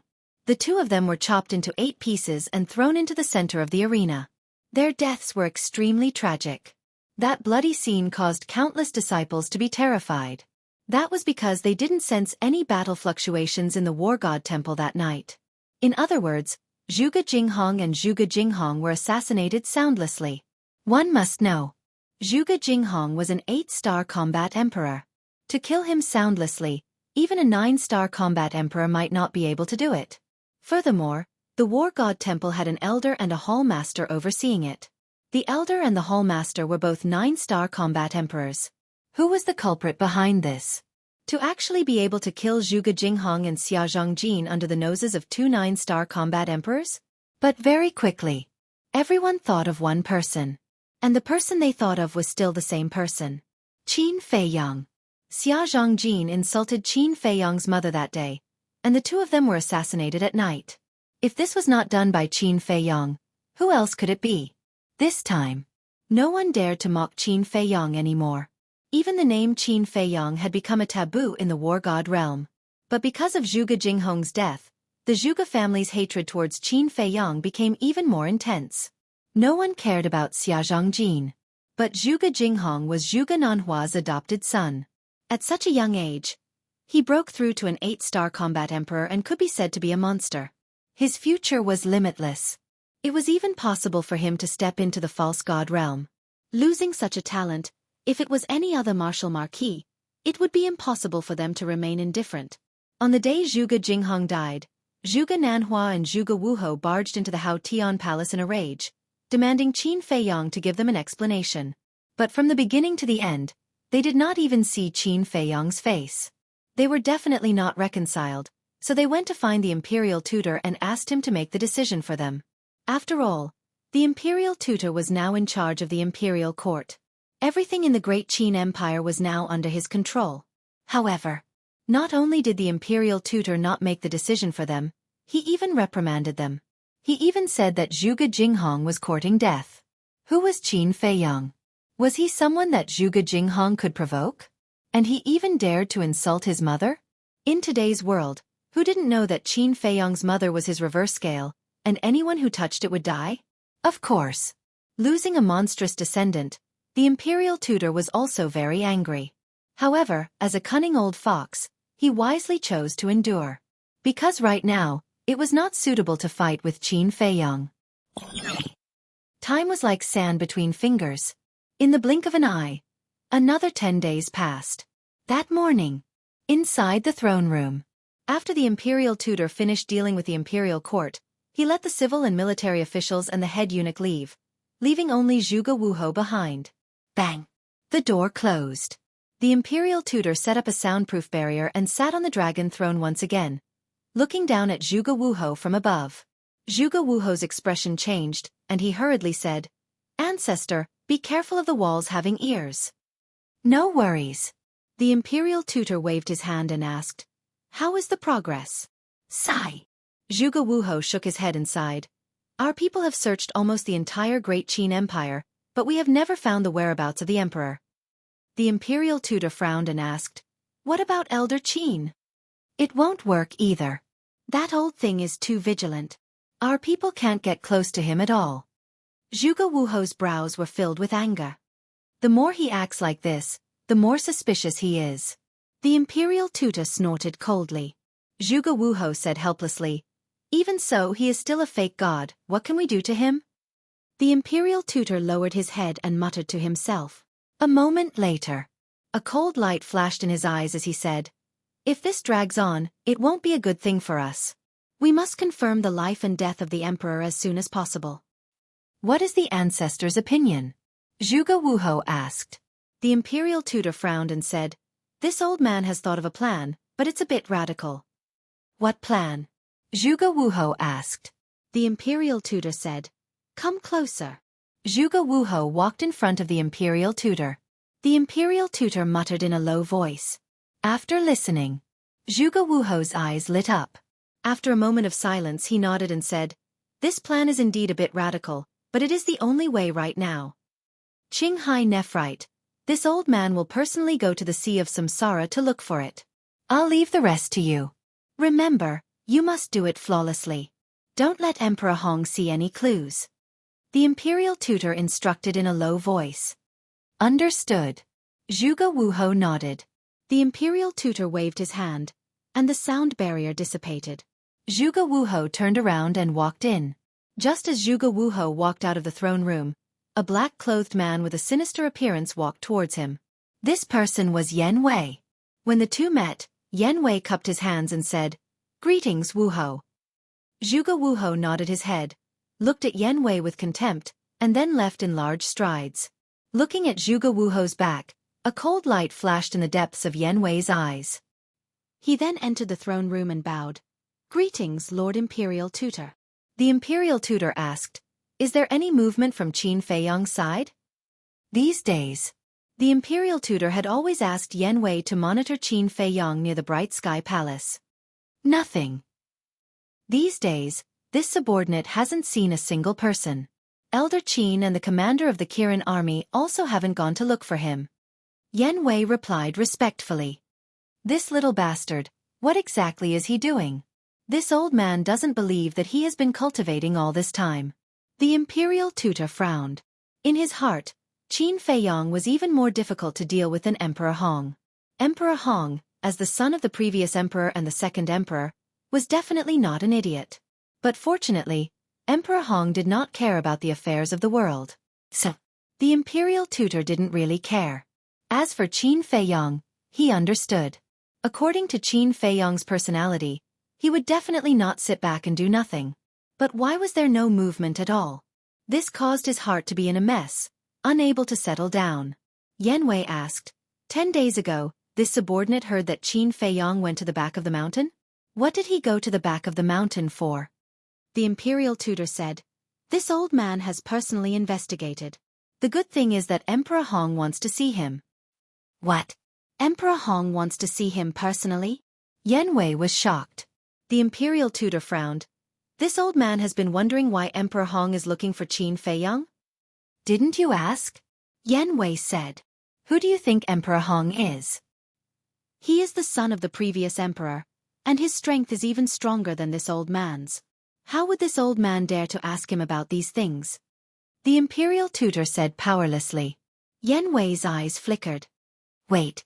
Suddenly, the imperial tutor's eyes lit up and said, this old man suddenly thought of someone. Maybe he can tell this old man these things. Who is it? Yan Wei was surprised. Qin Jun. The imperial tutor said. Qin Jun? Yan Wei was stunned. Qin Jun was Emperor Hong's page boy when he was young. This person is loyal to Emperor Hong, and Emperor Hong also takes care of him, so he has always stayed by Emperor Hong's side. The last time this old man went to see Emperor Hong, he was also present. This old man even took the initiative to establish a contract bridge with him. The imperial tutor laughed. He's actually in existence from the same period as Emperor Hong? Yan Wei's face was filled with disbelief, and asked, then his cultivation, isn't it also very strong? His cultivation isn't that great. Peak of the 9-star War Emperor realm. The reason why this old man took the initiative to establish a contract bridge with him is entirely because he is Emperor Hong's page boy. The imperial tutor's face was filled with disdain. Yan Wei laughed bitterly and said, peak of the 9-star War Emperor realm is not that great? In this world, I'm afraid that only you, my lord, would dare to say such a thing. You don't have to be envious. As long as you serve this imperial tutor wholeheartedly, you will be able to reach his level sooner or later. The imperial tutor said. Yan Wei was overjoyed and bowed. This subordinate will definitely do my best for my lord, until my death.